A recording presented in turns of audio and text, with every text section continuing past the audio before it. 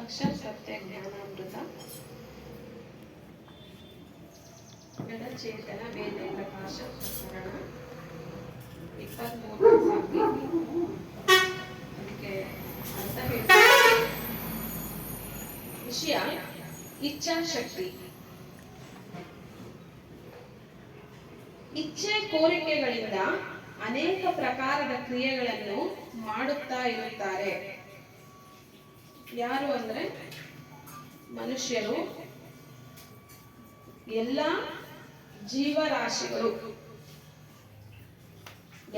ಜೀವರಾಶಿಗಳು ಇಚ್ಛೆ ಕೋರಿಕೆಗಳಿಂದ ಅನೇಕ ಪ್ರಕಾರದ ಕ್ರಿಯೆಗಳನ್ನು ಮಾಡುತ್ತಿರುತ್ತಾರೆ. ನಡೆಯುವುದು, ಕುಳಿತುಕೊಳ್ಳುವುದು ಮುಂತಾದ ಎಲ್ಲಾ ಪ್ರಕಾರದ ಕ್ರಿಯೆಗಳನ್ನು ಇಚ್ಛಾಶಕ್ತಿಯಿಂದಲೇ ಕಂಡುಬರುತ್ತವೆ. ಎಲ್ಲರೂ ಮಾಡುತ್ತಿದ್ದಾರೆ. ಈಗ ವಿಚಾರ ಮಾಡಬೇಕಾದದ್ದು ಯಾವುದು ಅಂತ ಹೇಳಿದ್ರೆ, ಈ ಇಚ್ಛಾಶಕ್ತಿಯು ಜಡದೇಹದಲ್ಲಿರುತ್ತೋ ಅಥವಾ ಚೈತನ್ಯದಲ್ಲಿರುತ್ತೋ ಅಥವಾ ಇವೆರಡರ ಸಂಬಂಧದಿಂದ ಬರುತ್ತೋ, ಇದು ಪ್ರಶ್ನೆ. ಇಚ್ಛಾಶಕ್ತಿ ಅನ್ನೋದು ಜಡ ದೇಹದಲ್ಲಿರುತ್ತೋ ಅಥವಾ ಚೈತನ್ಯದಲ್ಲಿರುತ್ತೋ ಅಥವಾ ಇವೆರಡರ ಸಂಬಂಧದಲ್ಲಿರುತ್ತೋ ಅಂತ.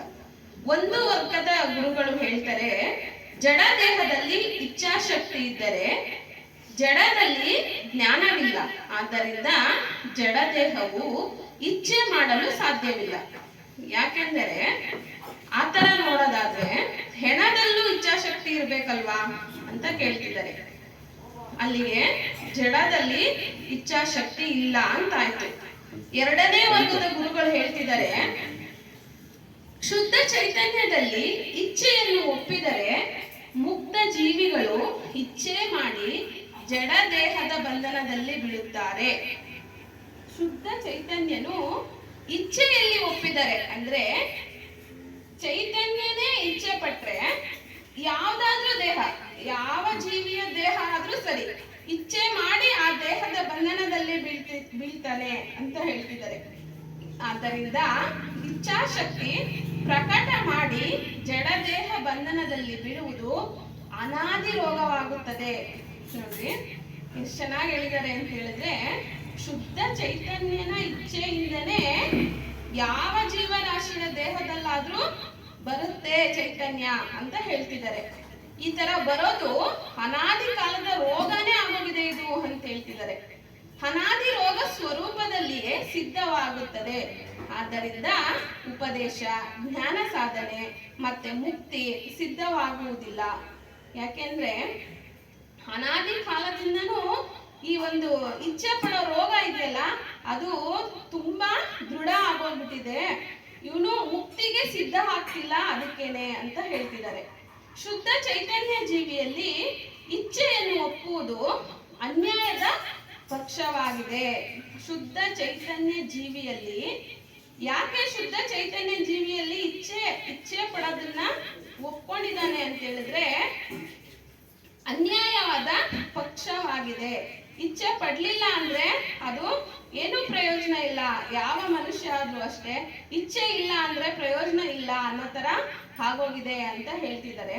ಮತ್ತೆ ಮೂರನೇ ವರ್ಗದ ಗುರುಗಳು ಏನ್ ಹೇಳ್ತಿದ್ದಾರೆ ಅಂತ ಹೇಳಿದ್ರೆ, ದೇಹ ಮತ್ತು ಜೀವಿಯ ಸಂಬಂಧದಲ್ಲಿ ಇಚ್ಛಾಶಕ್ತಿಯು ಸಿದ್ಧವಾಗುತ್ತದೆ. ಇಲ್ಲಿ ಮೊದಲು ಹೇಳಿದ್ರು ಜಡದಲ್ಲೂ ಇಚ್ಛೆ ಇಲ್ಲ, ಎರಡನೇದು ಹೇಳಿದ್ರು ಜಡ ಮತ್ತು ಚೈತನ್ಯ ಸೇರಿ ಇಚ್ಛೆ ಬರುತ್ತೆ ಅಂತ. ಇಲ್ಲಿ ಮೂರನೇದು ಹೇಳ್ತಿದ್ದಾರೆ, ದೇಹ ಮತ್ತು ಜೀವಿಯ ಸಂಬಂಧದಲ್ಲಿ ಇಚ್ಛಾಶಕ್ತಿಯು ಸಿದ್ಧವಾಗುತ್ತದೆ.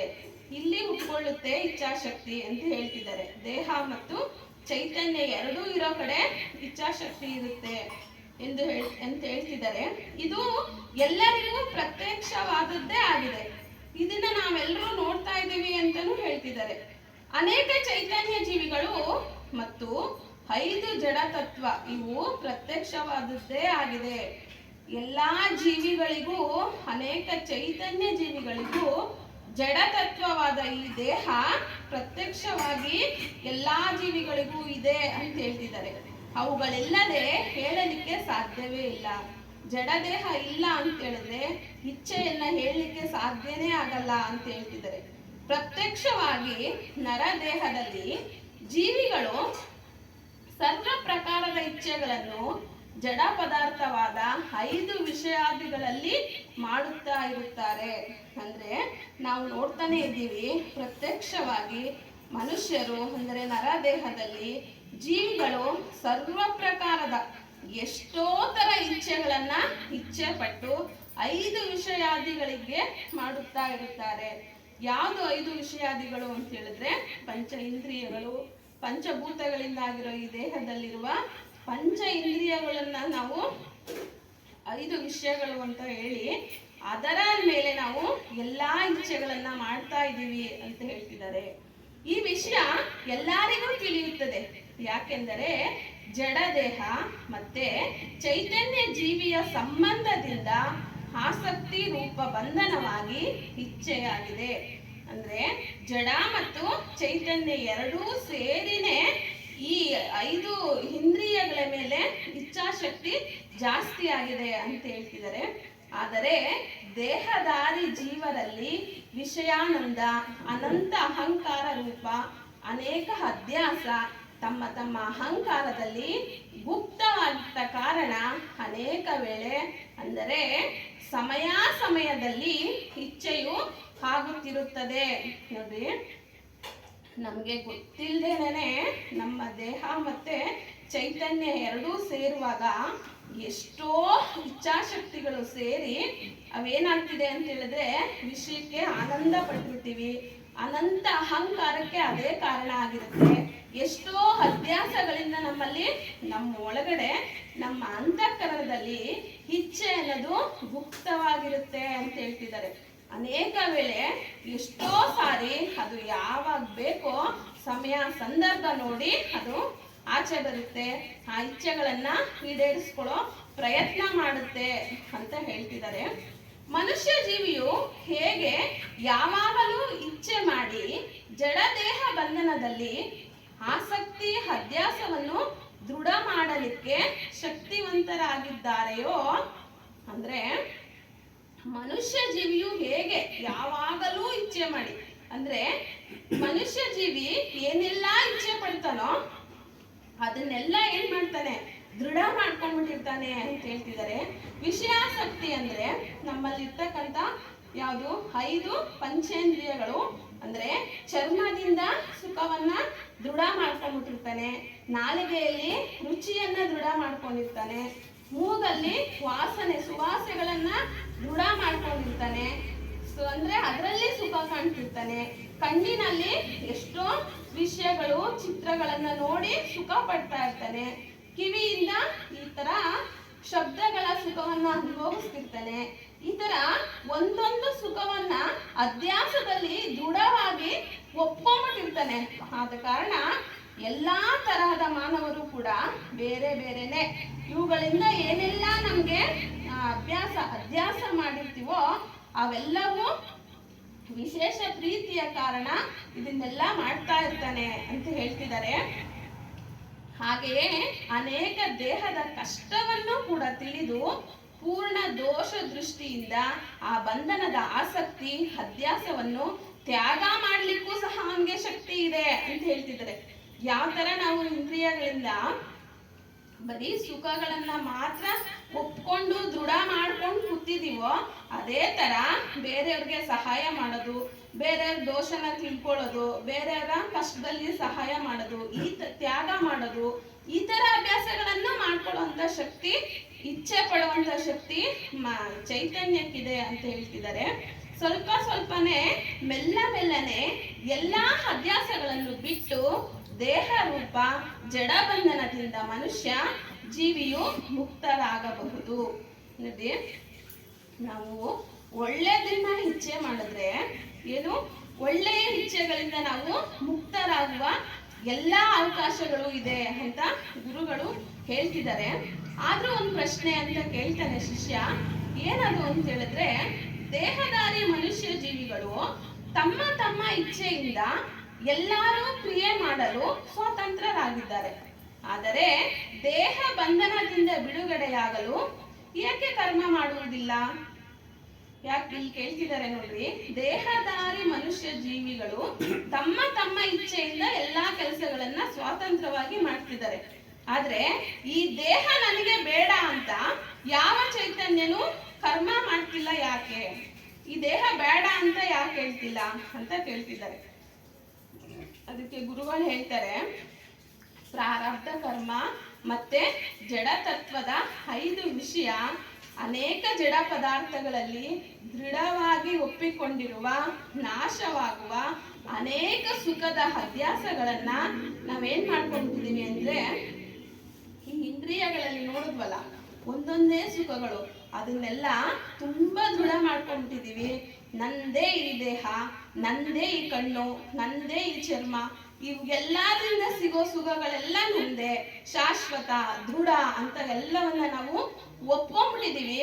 ಇದು ನಾಶ ಆಗುತ್ತೆ ಅಂತ ಗೊತ್ತಿಲ್ಲ ನಮಗೆ. ಸುಖ ಅಧ್ಯಾಸ ಇದು ಒಬ್ಬ ಮನುಷ್ಯನಿಗಲ್ಲ, ಅನೇಕ ದೇಶಗಳಲ್ಲಿರುವ ಮಾನವರಿಗೂ ಕಾಲ ಕಾಲಕ್ಕೆ ಅವರವರ ಶರೀರದಲ್ಲಿ ಬೇರೆ ಬೇರೆ ಭೇದ ಅನಾದಿ ಕಾಲದಿಂದಲೂ ಇದ್ದೇ ಇದೆ.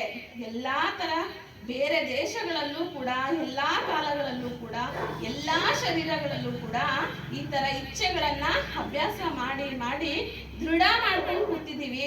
ಅದರಿಂದ ನಮ್ಗೆ ಈ ದೇಹ ಬೇಡ ಅನ್ನೋ ಒಂದು ತೀರ್ಮಾನಕ್ಕೆ ನಾವ್ಯಾರು ಬಂದಿಲ್ಲ ಅಂತ ಹೇಳ್ತಿದ್ದಾರೆ. ಮತ್ತೆ ಪ್ರವೃತ್ತಿ ರೂಪ ಬಂಧನದ ಪರಿಣಾಮದಲ್ಲಿ ದುಃಖ ಕೊಡುವಂತಹ ಅಲ್ಪ ಸುಖದ ಪ್ರವೃತ್ತಿ, ಇದೇ ಪ್ರವೃತ್ತಿ ಆಗೋಗಿದೆ ನಮ್ಗೆ. ಈ ದೇಹದ ಅನೇಕ ಇಂದ್ರಿಯಗಳಿಂದ ಎಷ್ಟೋ ಸುಖಗಳನ್ನ ಪಡ್ಕೊಂಡು ಅದನ್ನೇ ವೃತ್ತಿ ಮಾಡ್ಕೊಂಡ್ಬಿಟ್ಟಿದ್ದೀರಾ ಅಂತ ಹೇಳ್ತಿದ್ದಾರೆ. ಅನೇಕ ತರಹದ ಕರ್ಮವು ನರಜೀವಿಗಳಿಗೆ ವಿಶೇಷ ಪ್ರೀತಿಯಾದ ಕಾರಣ ಈ ಎಲ್ಲಾ ಸುಖಗಳು ನಮ್ಗೇನನ್ಸುತ್ತೆ ಅಂದ್ರೆ ತುಂಬಾ ವಿಶೇಷ ಅಂತ ಅನಿಸ್ದಾಗ ಅದ್ರ ಮೇಲೆ ಪ್ರೀತಿ ಆದ ಕಾರಣ ಆ ಜಡ ಶಕ್ತಿ ಏನಾಗಿದೆ, ದೃಢ ಆಗೋಗಿದೆ. ಅಂದ್ರೆ ಎಲ್ಲಾ ವಿಷಯ ಸುಖಗಳು ಅನೇಕ ದುಃಖದ ಬೀಜವಾಗಿವೆ. ಅಂದ್ರೆ ಈ 5 ಇಂದ್ರಿಯಗಳಿರ್ಬೋದು ಅಥವಾ ಜ್ಞಾನೇಂದ್ರಿಯಗಳಿರ್ಬೋದು, ಈ 10 ಇಂದ್ರಿಯಗಳ ಹಿಂದಲೂ ನಾವೇನ್ ಮಾಡ್ಬಿಟ್ಟಿದೀವಿ ಅಂತ ಹೇಳಿದ್ರೆ, ಸುಖಗಳನ್ನ ಬಯಸಿ ಕುತ್ಕೊಂಡಿರೋದ್ರಿಂದ ಈ ಅನೇಕ ಸುಖಗಳೇ ದುಃಖದ ಬೀಜವಾಗಿದೆ ಅಂತ ಹೇಳ್ತಿದ್ದಾರೆ. ಪೂರ್ಣ ಪರಿಚಯವಾದ ಕಾರಣ ಜಡದೇಹ ಬಂಧನದಿಂದ ಬಿಡುಗಡೆಯಾಗಲು ಮನುಷ್ಯ ಜೀವಿಗಳು ಕರ್ಮವನ್ನು ಮಾಡುವುದಿಲ್ಲ. ನೋಡಿ, ಎಲ್ಲ ಸುಖವನ್ನ ಕಂಡ್ಕೊಂಡು ಮನುಷ್ಯ ಏನ್ ಮಾಡ್ತಾನೆ, ಬಿಟ್ಟು ಹೋಗು, ಈ ದೇಹ ಬೇಡ, ನಿನ್ಗಿದಾಗಲ್ಲ, ಇದು ಬಿಟ್ಬಿಡು ಅಂತ ಹೇಳಿದ್ರೆ ಕೇಳಲ್ಲ. ಅವನು ಏನ್ ಮಾಡ್ತಾನೆ, ಅದರ ಸುಖವನ್ನೇ ದೃಢ ಮಾಡಿಕೊಂಡು ಕರ್ಮ, ಈ ದೇಹ ಬೇಡ ಅನ್ನೋ ಒಂದು ಕೆಲಸವನ್ನ ಅವನು ಯಾವುದೇ ಕಾರಣಕ್ಕೂ ಮಾಡೋದೇ ಇಲ್ಲ ಅಂತ ಹೇಳ್ತಿದ್ದಾರೆ. ಇಚ್ಛಾಶಕ್ತಿ ಸಂಸ್ಕಾರ ರೂಪವಾಗಿ ಅಂತಃಕರಣ ಚತುಷ್ಟಯದ ಮಧ್ಯೆ ಯಾವಾಗಲೂ ನೆಲೆಯಾಗಿರುತ್ತದೆ. ಇಚ್ಛಾಶಕ್ತಿ ಅಂತ ಹೇಳೋದು ಮನಸ್ಸು ಇಂದ್ರಿಯಗಳಿಗಲ್ಲದೆ ಅಂತಃಕರಣ ಚತುಷ್ಟಯ ಅಂತ ಹೇಳ್ತೀವಲ್ಲ, ಬುದ್ಧಿ, ಮನಸ್ಸು, ಚಿತ್ತ, ಅಹಂಕಾರ, ಇವೆಲ್ಲದರ ಮಧ್ಯನೂ ಕೂಡ ಇಚ್ಛೆ ಅನ್ನೋದು ಮನುಷ್ಯನಿಗೆ ಇದೆ ಅಂತ ಹೇಳ್ತಿದ್ದಾರೆ. ಅದು ಸಮಯ ಸಂದರ್ಭಗಳಲ್ಲಿ ಕೂಡುವಿಕೆಯಿಂದ ತೋರಿ ಬಂದು ಅದರ ಮುಖಾಂತರ ಅನೇಕ ಕ್ರಿಯೆಗಳನ್ನು ದೇಹದಿಂದ ನಡೆಯುತ್ತಾ ಇದೆ. ಅಂದ್ರೆ ಈ ಕೆಲವು ಇಚ್ಛೆಗಳೆಲ್ಲ ಯಾವುದೋ ಟೈಪ್ ಬಂದಾಗ ನಮಗೆ ಗೊತ್ತಿಲ್ಲದೇನೆ ಅದು ಕೆಲಸ ಮಾಡಿ ಅದನ್ನ ಇಚ್ಛೆಯನ್ನ ಪೂರೈಸಿಕೊಳ್ಳುವಂತಹ ಕೆಲಸವನ್ನು ಮಾಡ್ತಿದೀವಿ ನಾವು. ಅರಿವು ಅದನ್ನ ನೋಡೋ ತರ ಆಗ್ಬೇಕು ಅಂತ ಹೇಳ್ತಿದ್ದಾರೆ. ಮತ್ತೆ ಜೀವಿಗಳು ಮಾಡುತ್ತಾ ಇರುತ್ತಾರೆ. ಓಡಾಡುವುದು, ಕೂಡುವುದು ಮುಂತಾದ ಕ್ರಿಯೆಗಳು ಚೈತನ್ಯ ಜೀವಿಗಳ ಶಕ್ತಿಯಿಂದಲೇ ನಡೆಯುತ್ತಿರುತ್ತದೆ. ಅಂದ್ರೆ ಇದು ನಡೀತಾ ಇರುತ್ತೆ, ಆದ್ರೆ ಚೈತನ್ಯಕ್ಕೆ ಗೊತ್ತಿಲ್ಲದೆ ಇವೆಲ್ಲವೂ ಚೈತನ್ಯದ ಬಲದಿಂದಲೇ ನಡೀತಾ ಇರೋದ್ರಿಂದ ಚೈತನ್ಯ ಇದನ್ನೆಲ್ಲ ಕಂಡ್ಕೋಬೇಕು, ಇದನ್ನೆಲ್ಲ ನೋಡ್ಬೇಕು, ಅವಾಗ ನಾವು ಸರಿ ಮಾಡ್ಕೊಳ್ಳೋದಕ್ಕೆ ಸಾಧ್ಯ ಅಂತ ಹೇಳ್ತಿದ್ದಾರೆ. ಸದ್ಗುರು ದೇವಾಯ ನಮಃ. ಈ ಚಿಂತನೆಯನ್ನು ಇಲ್ಲಿಗೆ ಮುಗಿಸ್ತಾ ಇದ್ದೀನಿ.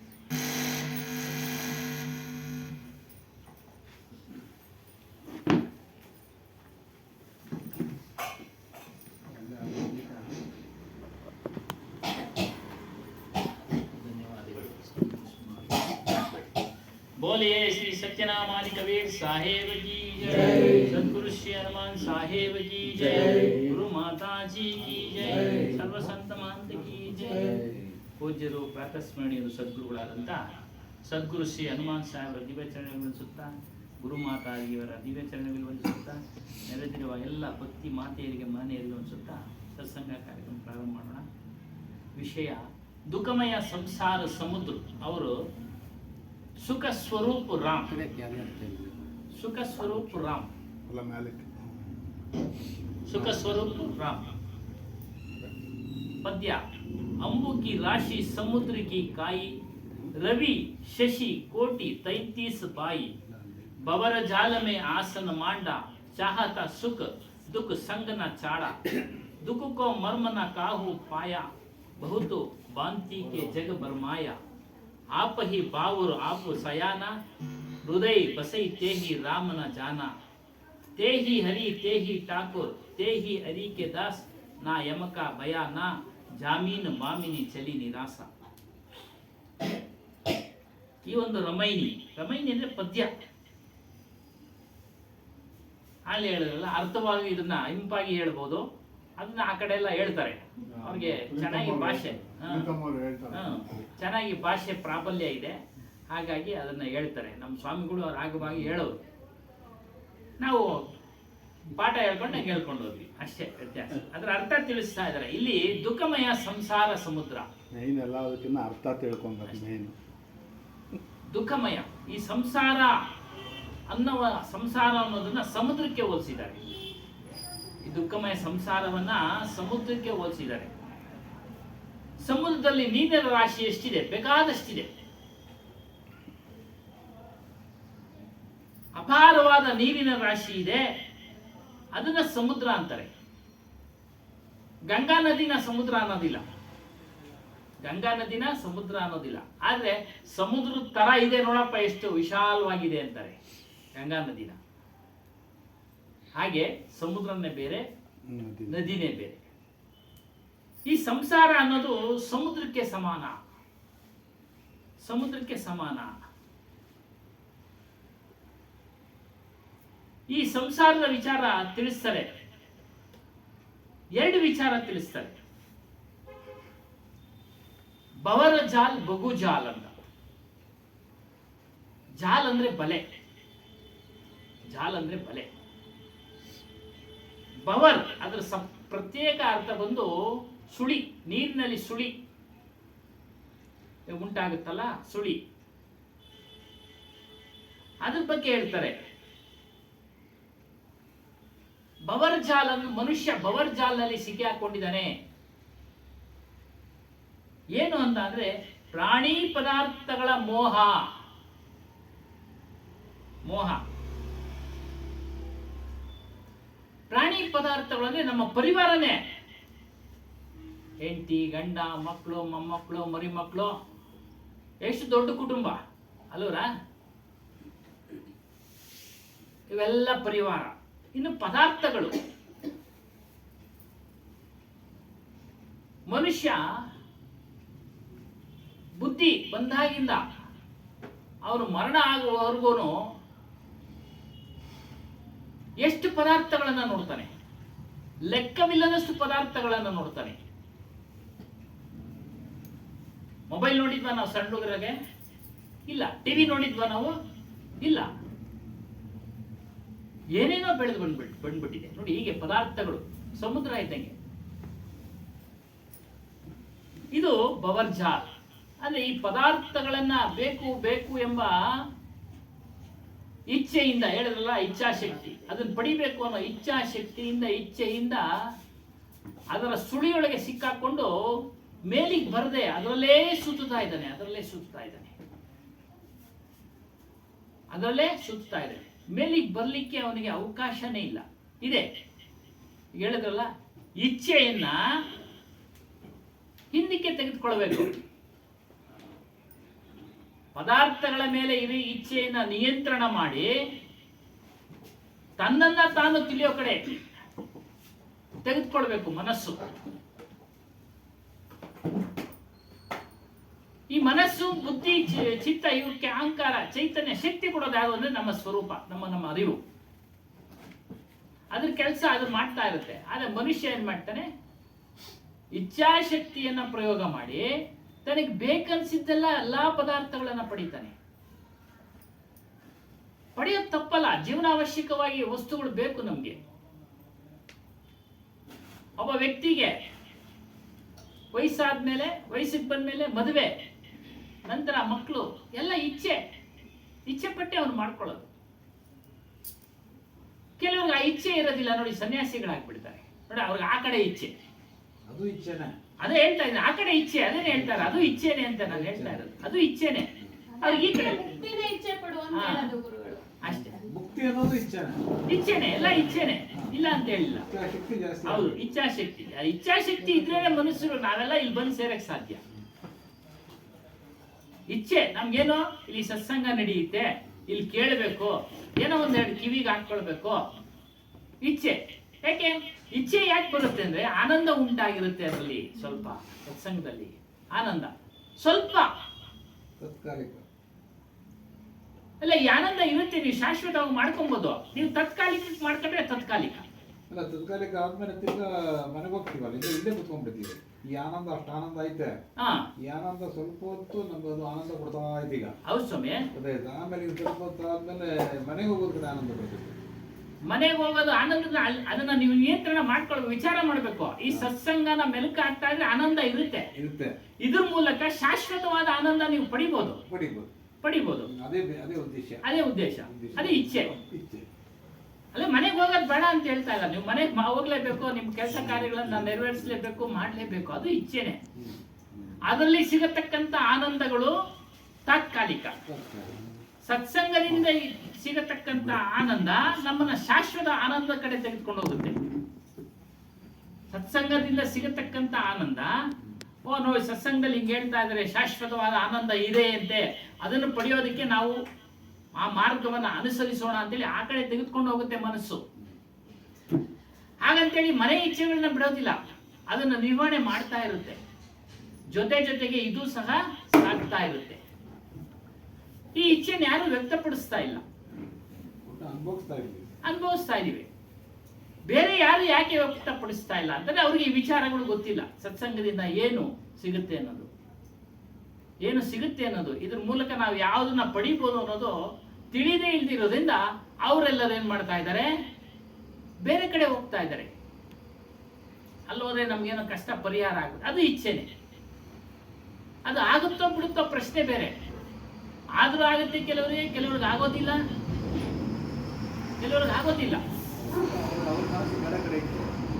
ಅಲ್ಲ, ಇಚ್ಛೆಯಿಂದ ಅಲ್ಲಿ ಹೋಗಿರ್ತಾರೆ, ಮನಸ್ಸಿಂದ ಪೂರ್ತಿ ಮಾಡಿರ್ತಾರೆ, ಆದ್ರೂ ಆಗೋದಿಲ್ಲ. ಕಾರಣ ಯಾಕೆ? ಆಗಲೇ ಹೇಳಿದ್ರು, ಸಂಸ್ಕಾರ ಅಂತ. ಇಂದಿನ ಜನ್ಮದ ಪೂರ್ವ ಜನ್ಮದ ಸಂಸ್ಕಾರದಲ್ಲಿ ಅದನ್ನ ಮಾಡಿ ಅದು ಶೇಷ ಉಳಿದಿದ್ರೆ ಈ ಜನ್ಮದಲ್ಲಿ ಅದು ಫಲಿಸ್ಬಿಡುತ್ತೆ. ಇವರು ಇನ್ನ ಈಗ ಪ್ರಾರಂಭ ಮಾಡ್ತಾ ಇದ್ದಾರೆ. ಅದನ್ನ ಗುರಿ ಮುಟ್ಟಬೇಕಾದ್ರೆ ಇನ್ನೂ ಸ್ವಲ್ಪ ಸಮಯ ತೆಗೆದುಕೊಳ್ಳುತ್ತೆ. ಅದು ಮುಂದಿನ ಜನ್ಮ ಆಗ್ಬೋದು, ಇದೇ ಜನ್ಮದಲ್ಲಿ ಆದರೂ ಆಗ್ಬೋದು, ಹೇಳಲಿಕ್ಕೆ ಸಾಧ್ಯ ಇಲ್ಲ. ಸ್ವಾಮಿ, ಇನ್ನೊಂದು ಇಚ್ಛಾಶಕ್ತಿಯನ್ನು ಕಮ್ಮಿ ಮಾಡು ಅಂತ ತಾವು ಹೇಳಿದ್ರಿ, ಸ್ವಲ್ಪ ಅನ್ಕೊಂಡು ಸ್ವಲ್ಪ. ಇವಾಗ ನಾನು ಆಶ್ರಮ ಕಟ್ಟಬೇಕು, ನಾನು ಗುರುಗಳಾಗಬೇಕು ಅಂತ ಅನ್ಕೊಳ್ತೀನಿ. ಅದು ಗುರುಗಳಾಗೋದು, ಕಟ್ಟೋದು, ತಿರ್ಗಿ ಅದು ಮೇಂಟೈನ್ ಮಾಡ್ಬೇಕಂದ್ರೆ ನಾನು ಇಚ್ಛಾಶಕ್ತಿ ಅಂದ್ರೆ ಇವೆಲ್ಲನೂ ಕಮ್ಮಿ ಆಗ್ಬಿಟ್ರೆ ಆ ಮೇಂಟೈನ್ ಮಾಡೋಕೆ ಸ್ವಾಮಿಗಳು ಮೇಂಟೈನ್ ಮಾಡ್ಬೇಕಲ್ಲ. ಇವಾಗ ಯಾರನ್ನಾದ್ರೂ ಒಂದು 10 ಜನ ಇಕ್ಕೋಬೇಕು, ಅವ್ರು ಮಾಡ್ಬೇಕು, ಅವ್ರಿಗೆ ಊಟ ವ್ಯವಸ್ಥೆ ನಾನೆಲ್ಲ ನಡೀತಾ ಇದೆ. ಬುರಾನ್ಪುರದಲ್ಲಿ ನಡೀತಾ ಇದೆ, ಕಾಶಿನಲ್ಲಿ ನಡೀತಾ ಇದೆ, ಪ್ರಯಾಗ್ರಾಜ್ನಲ್ಲಿ ನಡೀತಾ ಇದೆ. ಅದೆಲ್ಲ ಇಚ್ಛೆ. ಯಾಕೆ? ಲೋಕ ಕಲ್ಯಾಣಕ್ಕೋಸ್ಕರ ಅವರೆಲ್ಲ ಇಚ್ಛೆ ಪಟ್ಟಿದ್ದಾರೆ. ಇಚ್ಛಾಶಕ್ತಿಗೆ ಇದಿರ್ಬೇಕಲ್ಲ ಸ್ವಾಮಿ, ಅವಾಗ ಕೋರಿಕೆ ಇದಿರ್ಬೇಕಲ್ಲ, ಜಾಸ್ತಿ ಇರ್ಬೇಕಲ್ಲ. ಅದು ನಾವು ನಿಮ್ಮಂತವ್ರು ಕೇಳ್ತೀವಿ ಸ್ವಾಮಿ, ಕೊಡಿ ಅಂತ. ಅಂದ್ರೆ ಅಲ್ಲಿ ಸ್ವಾರ್ಥ ಇರಲ್ಲ, ಅರ್ಥ ಆಯ್ತಾ? ಅಲ್ಲಿ ಸ್ವಾರ್ಥ ಇರಲ್ಲ, ಕೇಳ್ತೀವಿ, ನಡೆಸ್ತಾ ಇದೀವಿ, ಕೊಡಿ ಅಂತೇಳಿ. ಸಮಾಜಕ್ಕೋಸ್ಕರ ಮಾಡೋದು ಇಚ್ಛೆನೆ. ನಿಮ್ಮನ್ನ ಅಪೇಕ್ಷೆ ಪಡೋದು ಇಚ್ಛೆನೆ ನಿಮ್ ಕಡೆಯಿಂದ. ನಾವೇ ಕೇಳ್ತಾ ಇದೀವಿ, ಯಾಕಂದ್ರೆ ನಮ್ ಕೋರಿಕೆಗಳಿಗಿದೆ ಅಲ್ಲ. ಇವಾಗ ಯಾವ್ದಾದ್ರು ಆಶ್ರಮ ನಡೆಸ್ಬೇಕು, ನಾನು ಸನ್ಯಾಸಿ ಆಗ್ಬೇಕು ಅಂದ್ರೆ ಸ್ವಲ್ಪ ಮೇಂಟೆನೆನ್ಸ್ ಎಲ್ಲ ಬರುತ್ತೆ. ಅದು ಇಚ್ಛೆ ಅಲ್ವಾ? ಅದು ಹೌದು, ಇಚ್ಛೆನೆ. ಇಲ್ಲ ಅಂತ ಹೇಳಿರಲ್ಲ, ಆಗ್ಲೇ ಹೇಳಿದ್ವಲ್ಲ, ಸನ್ಯಾಸಿ ಆಗೋದು ಇಚ್ಛೆನೆ, ಅವ್ರು ಮಠ ಕಟ್ಟಬೇಕು ಅನ್ನೋದು ಇಚ್ಛೆನೆ. ಆ ಉದ್ದೇಶ ಏನಿರುತ್ತೆ ಹೇಳಿ? ನಿಮ್ಮಂತವ್ರಿಗೆ 4-6 ಜನಕ್ಕೆ ಒಳ್ಳೇದನ್ನ ತಿಳಿಸೋದು ಇಚ್ಛೆ. ಇವಾಗ ಮೇಡಮ್ ಅವ್ರು ಹೇಳಿದ್ರಲ್ಲ, ದೇಹ ಮತ್ತು ಚೈತನ್ಯ ಎರಡು ಸೇರಿದ್ರೆ ಹೌದೌದು, ಎರಡು ಸೇರಿನೇ, ಎರಡು ಸೇರಿದ್ರೆ ಇವಾಗ ನೀವು ಮಾತಾಡ್ತಾ ಇರೋದು ಎರಡು ಸೇರಿನೇ. ಬಾಯಿ ಕರ್ಮೇಂದ್ರಿಯ, ಅದು ಜಡ. ಅದಕ್ಕೆ ಚೈತನ್ಯ ಕೊಟ್ಟು ಮನಸ್ಸು ಕೊಟ್ಟು ಮಾತಾಡಿಸ್ತಾ ಇರೋದು ಚೈತನ್ಯ. ಎರಡೂ ಇದೆ ಅಲ್ಲಿ. ಇವಾಗ ನಮ್ಮ ಅಣ್ಣ ಅವರು ಅದಕ್ಕೆ ಅವ್ರೆ ಅಷ್ಟೇ, ಬೆಂಗಳೂರಿನಾಗೆ ಇದ್ರು ಅವ್ರು ಅಲ್ಲೇ ಮಾಡ್ಬೋದಾಗಿತ್ತು. ಮಾಡ್ಬೋದಾಯ್ತು. ನಾವು ತಿಳ್ಕೊಂಡಿದ್ದೀವಿ, ಇಲ್ಲೊಂದಷ್ಟು ಜನ ತಿಳ್ಕೊಳ್ಳಿ ಅನ್ನೋ ಲೆಕ್ಕಕ್ಕೆ ಇಲ್ಲಕ್ಕೆ ಬಂದ್ ಮಾಡಿದ್ರು ಅಷ್ಟೇ. ಅದು ಅದೆಲ್ಲ ಕಾರ್ಯಕ್ರಮಗಳು ನೆರವೇರಬೇಕಾದ್ರೆ ಎಲ್ಲರ ಹತ್ರನೂ ಅಪೇಕ್ಷೆ ಪಡ್ತಾರೆ. ಏನು ದಾನಿಗಳು ಕೊಡ್ಲಿ ಅಂತಾನೆ, ದಾನಿಗಳು ಕೊಡ್ಲಿ ಅಂತಾನೆ. ಕೊಡೋದು ಬಿಡೋದು ಅವ್ರವ್ರ ಶಕ್ತಾನುಸಾರ, ಅವ್ರವ್ರ ಇಚ್ಛೆ. ನೋಡಿ, ಅದು ಇಚ್ಛೆನೆ. ಕೆಲವ್ರಿಗೆ ಏನು ಕೊಡೋ ಇಚ್ಛೆನೇ ಇರೋದಿಲ್ಲ. ಒಳ್ಳೆದನ್ನ ಇಚ್ಛೆ ಪಡ್ರಿ ಅಂತ, ಈ ತರದ್ದನ್ನ ಇಚ್ಛೆ ಪಡ್ರಿ ಅಂತ. ಕೆಲವ್ರು ಕೊಡೋದಕ್ಕೆ ಇಚ್ಛೆ ಇರೋದಿಲ್ಲ. ಏನ್ ಮಾಡ್ತೀರಾ? ಏನು ಮಾಡ್ಲಿಕ್ಕಾಗಲ್ಲ. ಒಟ್ಟಾರೆ ಅವ್ರು ಜ್ಞಾನ ತಿಳಿತಾ ಇದಾರ ಅಷ್ಟೇ. ಅದೇ ವಿಚಾರ ಕಳೆದ ವಾರ ಅಲ್ಲಿ ಹೇಳಿದ್ವಿ ನಾವು. ಏನು, ಸ್ವಲ್ಪ ಕಡಿಮೆ ಜನ ಬಂದಿದ್ರು, ಕೆಲವ್ರು ಬರ್ತಾ ಇಲ್ಲ. ಅವ್ರಿಗೆ ಹೇಳಿ, ಅವ್ರಿಗೆ ತಿಳಿಸಿ ಹೇಳಿ, ಇಲ್ಲಿ ಬಂದ್ರೆ ನಾನು ಸ್ವಾಮಿಗಳಿಗೆ ಏನಾದ್ರು ಒಂದು 10 ರೂಪಾಯಿ ಕೊಡಬೇಕು ಅನ್ನೋ ಮನಸ್ಸಿದ್ರೆ ಅದನ್ನು ಬಿಟ್ಬಿಟ್ಟು, ಆ ಮುಜುಗರನ ಬಿಟ್ಬಿಟ್ಟು ಬಂದು ಸತ್ಸಂಗ ಕೇಳಿ ಅಂತ ಹೇಳಿ ಅಂದೆ. ಕೊಡ್ಲೇಬೇಕು ಅಂತ ನಿಯಮ ಏನಿಲ್ಲ. ಕೊಡೋದು ಬಿಡೋದು ಅವ್ರ ಇಚ್ಛಾಶಕ್ತಿ. ನೇರವಾಗಿ ಹೇಳಿದೆ. ಒಂದು 4-5 ಜನ ಅವ್ರ ಪಾಪ ಅವ್ರ ಶಕ್ತಿ ಐತೋ ಇಲ್ಲೋ ಗೊತ್ತಿಲ್ಲ, ಬರ್ತಿಲ್ಲ.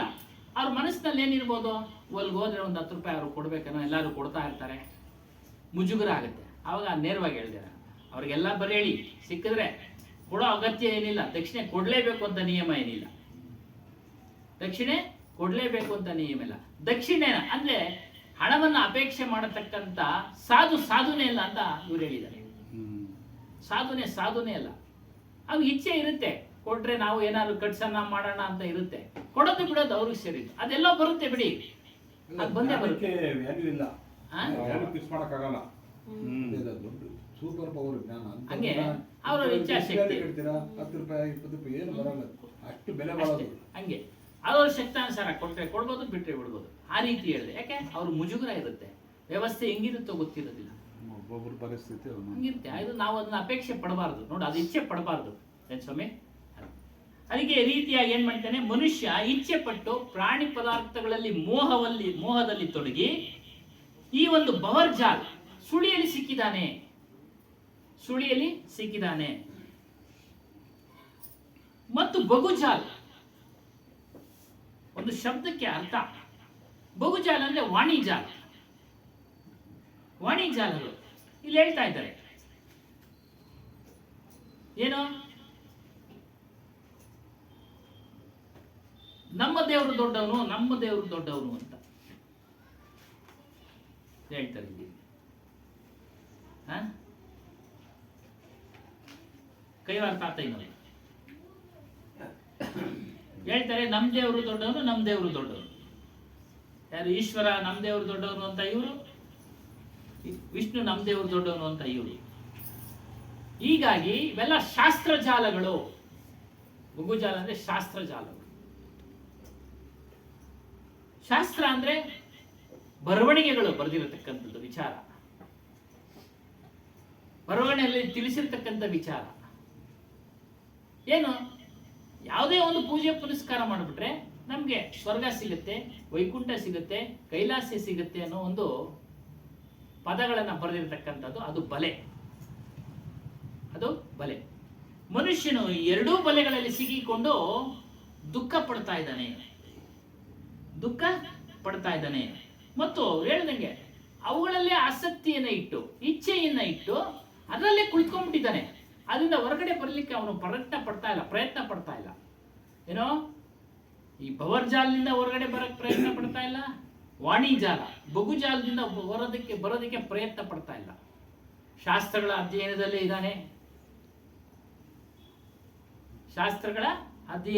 ಇದ್ದಾನೆ. ಇಂಥ ದೇವರನ್ನ ಪೂಜೆ ಮಾಡಿದ್ರೆ ನಮಗೆ ಮೋಕ್ಷ, ವೈಕುಂಠ, ಕೈಲಾಸ ಇತ್ಯಾದಿಗಳನ್ನೆಲ್ಲ ಬರೆದು ಬಿಟ್ಟಿದ್ದಾರೆ.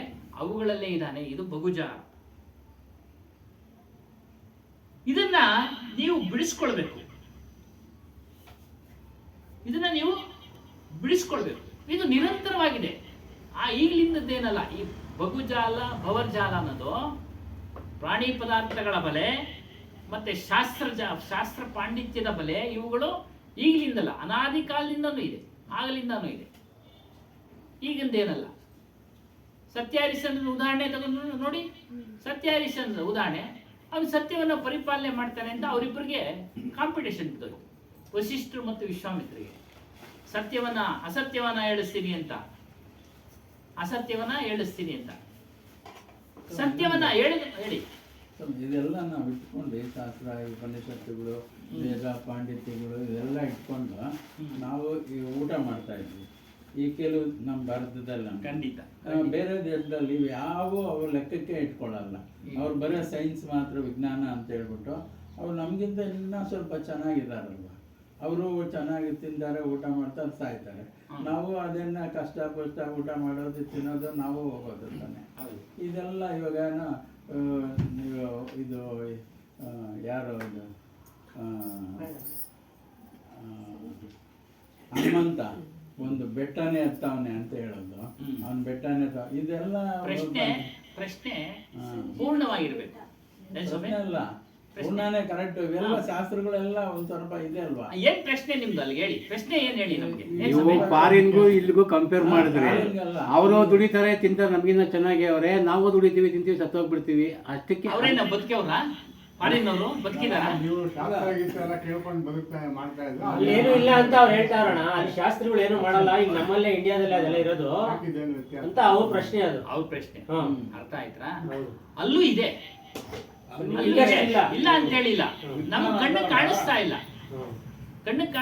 ಇವಾಗ ಮುಸ್ಲಿಂ ಧರ್ಮದಲ್ಲೂ ಇದೆ ಮಾಟ ಮಂತ್ರ ಇತ್ಯಾದಿ. ಏನ್ ಸ್ವಾಮಿ ನೋಡಿದ್ದೀರಾ? ಐತೆ, ಎಲ್ಲಾ ಧರ್ಮಗಳಲ್ಲೂ ಇದೆ. ಕ್ರಿಶ್ಚಿಯನ್ ಧರ್ಮದಲ್ಲೂ ಇದೆ. ಬೆನಿನ್ ಅಂತ ಬಂದು ಮುಟ್ಟನೆ ವಾಸಿ ಆಗ್ಬಿಡುತ್ತೆ. ವಿಜ್ಞಾನ ಅಂದ್ರೆ ಆಧ್ಯಾತ್ಮಿಕನೇ, ಚಿಕ್ಕ ಪ್ರಮಾಣದ ಜ್ಞಾನ ಅದು. ಬೇಸಿಕ್ ಎಲ್ಲಾ ಧರ್ಮಗಳಲ್ಲಿ ಇದೆ, ಐ ಮಟ್ಟದ್ದು ಇಲ್ಲ ಅಂತ ಹೇಳಿಲ್ಲ. ಜ್ಞಾನ ನಮ್ದು ಆಧ್ಯಾತ್ಮಿಕ. ಆದ್ರೆ ಕೆಲವರು ಆರಿಸ್ಕೊಂಡಿದ್ದಾರೆ ಸ್ವಾಮಿ. ವಿಜ್ಞಾನಿಗಳು ಆ ಕಡೆ ಗಮನ ಕೊಟ್ಟಿದ್ದಾರ? ವಿಜ್ಞಾನಿಗಳು ಆ ಕಡೆ ಗಮನ ಕೊಟ್ಟ. ಅವ್ರೇನೋ ರಿಸರ್ಚ್ ಅವರು ಇದು. ನಮ್ಮಂತವ್ರು ಮಧ್ಯಮ ವರ್ಗದವರು, ನಮ್ಮಂತವ್ರು ಈ ಕಡೆ ಗಮನ ಕೊಟ್ಟಿರ್ತೀವಿ. ಉತ್ತಮ, ಅವನು ಜ್ಞಾನಿ ಆಗಿರ್ತಾನೆ, ಅವನು ಈ ಕಡೆ ಗಮನ ಕೊಟ್ಟಿರೋದಿಲ್ಲ. ಜ್ಞಾನಿ ಕೊಡೋದಿಲ್ಲ ಸರ್. ಯಾವತ್ತಿಗೆ ಅಲ್ಲಿ ಕೇಳಿ, ಅವನು ಜ್ಞಾನಿ ಆದ್ಮೇಲೆ ಕಬೀರ್ ಸಾಹೇಬ್ರು ಅದೇ ಹೇಳೋದು, ಅವನು ಪೂರ್ಣ ಜ್ಞಾನಿ ಆದ್ಮೇಲೆ ಇದನ್ನೆಲ್ಲ ಪಕ್ಕಕ್ಕೆ ಇಕ್ಬಿಡ್ತಾನೆ. ಅದೇ ಹೇಳಿ, ಪಕ್ಕಕ್ಕೆ ಇಕ್ಬಿಡ್ತಾನೆ. ಅಲ್ಲಿ ಗಮನ ಕೊಡಲ್ಲ. ಅವನು ತಿಳ್ಕೊಂಬಂದ ಅದನ್ನ ಹಂತವಾಗಿ ಅದನ್ನ ತಿಳಿದ ಬಳಿಕ ಇವುಗಳಿಂದ ಏನು ಪ್ರಯೋಜನ ಇಲ್ಲ ಅಂತೇಳಿ ಅದನ್ನ ಪಕ್ಕಕ್ಕೆ ಇಟ್ಬಿಟ್ಟ. ಇನ್ ಕೊನೆಯವನು ಏನ್ ಮಾಡ್ತಾನೆ, ಇವುಗಳು ಗೋಜಿಗೆ ಹೋಗೋದಿಲ್ಲ. ಅವನು ಏನಿದ್ರು ಅವನು ಹೊಟ್ಟೆ ಪಾಡ್ ಮಾಡ್ಕೊಳ್ಳೋದೇ ಕಷ್ಟ. ಏನ್ ಸಮಯ ಹೊಟ್ಟೆ ಪಾಡ್ನಲ್ಲೇ ದಿನನಿತ್ಯ ಕಳೆದು ಬಿಡ್ತಾನೆ ಅಲ್ವರ? ಹೊಟ್ಟೆ ಪಾಡ್ ದೊಡ್ಡ ಸಮಸ್ಯೆ ಆಗ್ತೈತೆ. ಅದೇನೆ ಹೇಳಿದ್ದು, ಆ ದಿನನಿತ್ಯ ಅದೇ ಕಳೆದು ಬಿಡ್ತಾನೆ. ಇನ್ನು ಮಧ್ಯಮ ವರ್ಗದವನು ಏನ್ ಮಾಡ್ತಾನೆ, ಈ ಕಡೆ ಆ ಕಡೆ ಓಡಾಡ್ತಾ ಇರ್ತಾನೆ. ಈ ಕಡೆ ಕೋಗ್ಲ ಆ ಕಡೆ ಕೋಗ್ಲ. ಅರ್ಥ ಆಯ್ತಾ ಸ್ವಾಮಿ? ಅಲ್ಲ, ಎಲ್ಲಾ ಕಡೆನೂ ಇದೆ. ಅವರವರ ಧರ್ಮದ ಅನುಸಾರವಾಗಿ ಅವ್ರು ಮಾಡ್ಕೊಂಡಿದ್ದಾರೆ. ಮೊದಲಿಗೆ ಪುರಾಣ ಗ್ರಂಥಗಳ ಪ್ರಕಾರ ಯೇಸು ಕ್ರಿಸ್ತನಿಗಿನ ಮೊದಲು, ಮುಸ್ಲಿಂ ಧರ್ಮ ಹುಟ್ಟೋದಕ್ಕೆ ಮೊದಲು ಇವೇ ಇದ್ದಿದ್ದು ಅಂತ ಹೇಳ್ತಾರೆ. ಸನಾತನ ಶಾಸ್ತ್ರಗಳು, ಸನಾತನ ಧರ್ಮ ಗ್ರಂಥಗಳು. ಏನ್ ಸಮಯ? ಅಲ್ಲ, ಧರ್ಮದಲ್ಲಿ ದ್ವೇಷ ಇದ್ದೇ ಇರ್ತದೆ, ಖಂಡಿತ ಇರುತ್ತೆ ಸಮಯ. ಇವಾಗ ಬೆಣ್ಣೆಯನ್ನು ಬಂದಿದ್ರಲ್ಲ ಅವತ್ತು, ನಾವು ರೈಲ್ವೆ ಸ್ಟೇಷನ್ ನೋಡಿ ಕ್ಲಾಸ್ ಎಲ್ಲ ತಡೆದು ಚೆನ್ನಾಗಿ ಹೊಡೆದ್ರು, ಬರೋವ್ರಿಗೆಲ್ಲ ಕಳಿಸ್ದಂಗೆ ಅಲ್ಲಿಗೆ. ಸ್ವಾಮಿ, ಎಲ್ಲಾ ಧರ್ಮದವರು ಒಂದೇ ಊಟ ಮಾಡೋದು, ಎಲ್ಲಾ ಧರ್ಮದವರು ಭೂಮಿ ಮೇಲೆ ಆಹಾರ ವಿಧ ಬೇರೆ ಬೇರೆ ಇರ್ಬೋದು, ಹೊಟ್ಟೆಗೆ ಆಹಾರ ಯಾವ್ದೋ ಒಂದು ಅವರು ತಿಂತಾರೆ, ಅವ್ರ ಮಾಂಸ ಭೂಮಿ ಮೇಲೆ ಇದಾರಲ್ಲ ಅಷ್ಟೇ. ಫಸ್ಟ್ ಆಫ್ ಆಲ್ ಅಷ್ಟೇ, ಇನ್ನೇನಿಲ್ಲ. ಇನ್ನೇನ್ ಸ್ವಾಮಿ ಪ್ರಶ್ನೆ? ಅಮೆರಿಕದವರು ಭೂಮಿ ಮೇಲೆ ಇರೋದು. ಉತ್ತರ ಸಮಾಧಾನ ಆಯ್ತಾ? ಇಲ್ಲ ಅಂದ್ರೆ ಕೇಳಿ ಹೇಳ, ಮುಂದುವರಿಸಿ. ಈ ಸಂಸಾರ ಸಾಗರ ನಿರಂತರವಾಗಿ ನಿರ್ಮಾಣ ಆಗ್ತಾ ಇದೆ, ನಿರಂತರವಾಗಿ ನಿಲ್ತೇ ಇಲ್ಲ. ನಮ್ಮ ಅಜ್ಜ ಸಂಸಾರ ಮಾಡಿದ್ರು, ಅವ್ರ ಅಪ್ಪ ಸಂಸಾರ ಮಾಡಿದ್ರು. ಏನ್ ಸಮಯ? ಈಗ ನಾವು ಮಾಡ್ತಾ ಇದೀವಿ, ನಮ್ಮ ಮಕ್ಕಳು ಮಾಡ್ತಾ. ಇವಾಗೆಲ್ಲ ವಿಜ್ಞಾನ ಮುಂದುವರಿಸಿ ಪಿಜ್ಜಾ ಬರ್ಗರ್ ಅಂತ ನೀವು ಹೇಳ್ತಿರೋದು. ನಿರಂತರವಾಗಿ ಇದು ಸಂಸಾರ, ಈ ಪ್ರಾಣಿ ಪದಾರ್ಥಗಳ ಇಚ್ಛೆ ಮೋಹ ಇವೆಲ್ಲ ಅನಾದಿ ಕಾಲದಿಂದಲೂ ಆಗ್ಲೇ ಹೇಳಿದವರು, ಅನಾದಿ ಕಾಲದಿಂದಲೂ ಬರ್ತಾನೆ ಇದೆ, ನಿಂತಿಲ್ಲ. ಭವರೋಗ ಅಂತಾರೆ ಅದನ್ನ, ಭವರೋಗ. ಭವ ಅಂದ್ರೆ ಸಮುದ್ರ, ಅದಕ್ಕೆ ಸಂಸಾರ ನಿರಂತರವಾಗಿ ನಡೀತಾ ಇದೆ. ಯಾವ ರೀತಿ ಸಮುದ್ರದಲ್ಲಿ ಹಗಲು ರಾತ್ರಿ ಎನ್ನದೆ ಅಲೆಗಳು ಮತ್ತೆ ಗಾಳಿ ಇವೆಲ್ಲ ಉತ್ಪತ್ತಿ ಉಂಟಾಗ್ತಾ ಇರುತ್ತೋ ಅದೇ ರೀತಿ ಈ ಭವಸಾಗರ ಸಂಸಾರ ಎಂಬ ಸಮುದ್ರ ನಿರಂತರವಾಗಿ ನಿರ್ಮಾಣ ಆಗ್ತಾ ಇದೆ, ನಾಶ ಆಗ್ತಾ ಇದೆ, ನಿರ್ಮಾಣ ಆಗ್ತಾ ಇದೆ, ನಾಶ ಆಗ್ತಾ ಇದೆ. ನಮ್ಮಿಂದ ನಮ್ಮ ಮಕ್ಕಳು ನಾವು ಹೊರಟೋಗ್ಬಿಡ್ತೀವಿ. ನಮ್ಮ ಒಂದು ಋಣ ಮುಗಿತಾನೆ, ಭೂಮಿ ಋಣ ಮುಗಿತಾನೆ, ನಾವು ಹೊರಟೋಗ್ತೀವಿ. ನಮ್ಮ ಮಕ್ಕಳು ಅವ್ರು ಪಾಲನೆ ಮಾಡ್ತಾರೆ, ಅವ್ರ ಮಕ್ಕಳು ಪಾಲನೆ ಮಾಡ್ತಾರೆ, ಅವ್ರ ಮಕ್ಕಳು ಪಾಲನೆ ಮಾಡ್ತಾರೆ. ಇದೇ ನಿಂತೇ ಇಲ್ಲ, ನಿರಂತರವಾಗಿ ನಡೀತಾ ಇದೆ. ಇವುಗಳ ವಿಚಾರ ತಿಳಿ ನೀನು. ಸತ್ಯನ ಅಸತ್ಯನ, ಸತ್ಯನ ಅಸತ್ಯನ, ದೇಹ ಸತ್ಯನ, ಪರಿವಾರ ಸತ್ಯನ, ವಸ್ತುಗಳು ಸತ್ಯನ, ಈ ಸತ್ಯವನ್ನ ತಿಳಿ. ಅವೆಲ್ಲ ಅಸತ್ಯ ಅಂತ ತಿಳಿದ ಬಳಿಕ ನೀನು ಜ್ಞಾನದ ಕಡೆ ಬಾ, ಜ್ಞಾನದ ಕಡೆಗೆ ಬಾ. ಅವರಲ್ಲೂ ಇದೆ ಅವ್ರದೇ ಆದಂತ ಸತ್ಯ, ಅವ್ರ ಧರ್ಮದ್ದು. ಸ್ವಾಮಿ ಮುಸ್ಲಿಂ ಧರ್ಮದ್ದು ಅವ್ರದ್ದು ಸತ್ಯ ಅಂತಾರೆ, ಕ್ರಿಶ್ಚಿಯನ್ ಅವ್ರದ್ದು ಸತ್ಯ ಅಂತಾರೆ, ಹಿಂದೂಗಳು ಅವ್ರದ್ದು ಸತ್ಯ ಅಂತಾರೆ, ಕಬೀರ್ ಪಂತು ನಮ್ದು ಸತ್ಯ ಅಂತ ಹೇಳ್ತೀವಿ. ಸ್ವಾಮಿ ಕಬೀರ್ ಪಂತು ಸತ್ಯ, ಅವರವ್ರ ಅಭಿಪ್ರಾಯ. ಆದ್ರೆ ಇಲ್ಲಿ ಪರೀಕ್ಷೆ ಮಾಡಬೇಕು, ನಾವು ವಿಚಾರ ಮಾಡಬೇಕು. ನಾಲ್ಕು ತಿಳ್ಕೊಂಡಾಗ ಯಾವ್ದು ಸರಿ ಯಾವ್ದು ತಪ್ಪು ಅಂತ ಗೊತ್ತಾಗ ನಾವೇ ಪರೀಕ್ಷೆ ಮಾಡಿ ಶಾಶ್ವತವಾದಂತ ಸತ್ಯವನ್ನ ನಾವು ಸ್ವೀಕರಿಸಬೇಕು. ಶಾಶ್ವತವಾದ ಆನಂದವನ್ನ ಕೊಡತಕ್ಕಂತ ಎಲ್ಲಾ ಧರ್ಮಗಳನ್ನು ತಿಳ್ಕೊಬೇಕಲ್ಲ ಅಲ್ಲಿ ತಿಳ್ಕೊಂಡ್ಮೇಲೆ ನನ್ನ ಗೊತ್ತಾಗೋದು. ನನ್ನ ಅನುಭವ ತಗೊಂಡು ಯಾವ್ದು ಸತ್ಯ ಅನ್ನೋದಕ್ಕೆ ಬಾವಿಯಿಂದ ಮೇಲಕ್ಕೆ ಎದ್ದು ಬಂದು ಹಳ್ಳ, ಕೆರೆ, ಕುಂಟೆ, ಬಾವಿ, ಸಾಗರ, ಸರೋವರಗಳು ನೋಡಿದಾಗ ಕೆರೆ ಯಾವುದು, ಬಾವಿ ಯಾವುದು, ಕುಂಟೆ ಯಾವುದು ಎಲ್ಲ ಗೊತ್ತಾಗದು ಆಮೇಲೆನೆ. ಅಲ್ಲೇವರೆಗೂ ಬಾವಿ ಒಳಗೆ ಬಿದ್ದಿರ್ತೀವಿ, ಗೊತ್ತಾಗಲ್ಲ. ತಿಳಿಬೇಕು, ಇಲ್ಲ ಅಂತ ಹೇಳಿಲ್ಲ. ಉದಾಹರಣೆಗೆ ಮುಸ್ಲಿಂ ಬಾಂಧವರು ಹೇಳ್ತಾರೆ ನಮ್ಮ ದೇವರು ಎಲ್ಲಾ ದೇವರಿಗಿನ ದೊಡ್ಡವರು ಅಂತ. ಎಲ್ಲಾ ದೇವರಿಗಿನ ದೊಡ್ಡವರು. ಆದ್ರೆ ದೇವರು ಯಾರು ಅನ್ನೋದೇ ಗೊತ್ತಾಗ್ಬೇಕಲ್ಲ, ಅದು ಯಾರಿಗೂ ಗೊತ್ತಿಲ್ಲ. ಅದೇ ತಿಳಿಬೇಕು ಅನ್ನೋದು ಇಲ್ಲಿ. ದೇವ್ರ ಬಗ್ಗೆ ಯಾವ ಗ್ರಂಥದಲ್ಲೂ ಯಾವ ಸ್ವಾಮಿಗಳು ಯಾವ ದೇವರುಗಳು ಎಲ್ಲೂ ಹೇಳಿದ್ದಾರೆ. ಕಬೀರ್ ಸಾಹೇಬ್ರು ಹೇಳಿದ್ದಾರೆ, ಆತ್ಮನೇ ಪರಮಾತ್ಮ ಅಂತ. ಹೇಳೋ ಅಷ್ಟೊತ್ತಿಗೆ ಇವ್ನು ಮಾತಾಡೋ ಇದು ಕಳ್ಕೊಂಡ್ಬಿಟ್ಟಿರ್ತಾನೆ, ಇದಾಗಿರ್ತಾನ ಯಾರು. ಅದಕ್ಕೆ ಹೇಳ್ತಾರೆ ಈ ವಯಸ್ಸಿನಾಗೆ ಸಾಧನೆ ಮಾಡು ಅಂತ ಕಬೀರ್ ಸಾಹೇಬ್. ಏನೋ ಈ ವಯಸ್ಸಿನಾಗೆ ಪ್ರಾರಂಭ ಮಾಡ್ಕೋ ಸಾಧನೆ ಮಾಡೋದು ಅಂತ. ಸಣ್ಣ ವಯಸ್ಸಿನಲ್ಲೇ ಪ್ರಾರಂಭ ಮಾಡುವಂತ ಸಾಧನೆ ಏನ್ ತಿಳಿಯೋದು ಎಲ್ಲಿ ಸಾಧ್ಯ? ಮನುಷ್ಯನಿಗೆ ಯಂತ್ರ ಮಾನವ ಆಗ್ಬಿಟ್ಟಿದ್ದಾನೆ. ಯಂತ್ರ ಮಾನವನ್ನಾಗಿ ಸೃಷ್ಟಿ ಮಾಡ್ತಾ ಇದ್ರೆ ಇವತ್ತಿನ ಸಮಾಜ. ಏನೋ ಊಟ ಮಾಡೋದಿಕ್ಕೆ, ಗಳಿಸೋದಿಕ್ಕೆ, ಅದಕ್ಕೆ ಏನ್ ಬೇಕೋ ವಿದ್ಯೆಗಳನ್ನ ಕೊಡ್ತಾ ಇದ್ದಾರೆ. ಅದು ತಪ್ಪಲ್ಲ, ಇಲ್ಲ ಅಂತ ಹೇಳಿಲ್ಲ. ಅದ್ರ ಜೊತೆಗೂ ಸ್ವಲ್ಪ ಇದನ್ನ ಕೊಡಬಹುದಲ್ಲ. ಸಮಯ ಇಲ್ಲ, ವ್ಯವಸ್ಥೆ ಆ ರೀತಿ ಇದೆ. ವ್ಯವಸ್ಥೆ ತಪ್ಪ, ನಮ್ ತಪ್ಪ? ವ್ಯವಸ್ಥೆನೂ ತಪ್ಪು, ನಮ್ದು ತಪ್ಪು ಹೇಳ್ಬೇಕು ಅಂದ್ರೆ. ನಾವೆಲ್ಲ ಸಣ್ಣವರಿದ್ದಾಗ ನೀವು ನಾವೆಲ್ಲ ನೀತಿ ಪಾಠ ಇರ್ಲಿಲ್ವ ಸ್ವಾಮಿ? ಆ ನೀತಿ ಪಾಠ ಸಂಸ್ಕಾರವೇ ನಮ್ಮನ್ನ ಈಗಲೂ ಸಹ ದಾನ ಮಾಡಿ ದಯೆಯಿಂದ ನೋಡಿ ಅದೇ ನಮಗೆ ಕೊಟ್ಟಿರೋದು. ಮಕ್ಕಳನ್ನ ಕರಾಟೆಗೂ ಹಾಕ್ತಾರೆ, ಚೆಸ್ಗೂ ಹಾಕ್ತಾರೆ, ಯೋಗಗೂ ಹಾಕ್ತಾರೆ. ಒಂದು ಮಾಡೋದು ನಾವು ಓದುವಾಗ ಪೆಥಾಲ್ ಶಿಕ್ಷಾ ಅಂತ ಇತ್ತು, ಅದ್ರೊಳಗೆ ಎಲ್ಲಾನು ಇರ್ತಾ ಇತ್ತು, ಪ್ರತಿಯೊಂದೂ ಇರ್ತಾ ಇತ್ತು. ಧರ್ಮದ ಬಗ್ಗೆ ಅದ್ರ ಬಗ್ಗೆ ಒಂದು ಕಡೆ ಗಮನ ಕೊಡ್ಬೇಕು. ಹೊರತು ಯೋಗ ಕ್ಲಾಸ್ ಕರಾಟೆಗೆ ಹೋಗೋಣ, ಇದಕ್ಕೂ ಹೋಗೋಣ ಅಂತ ಕಳಿಸ್ಬಿಡ್ತಾರೆ. SLC ಮುಗಿತಾ ಇದ್ದಾಗ ಅವ್ರು ಓದ್ಬೇಡ, ಅದೆಲ್ಲ ಕಲ್ತಿದ್ದೆಲ್ಲ ವೇಸ್ಟ್.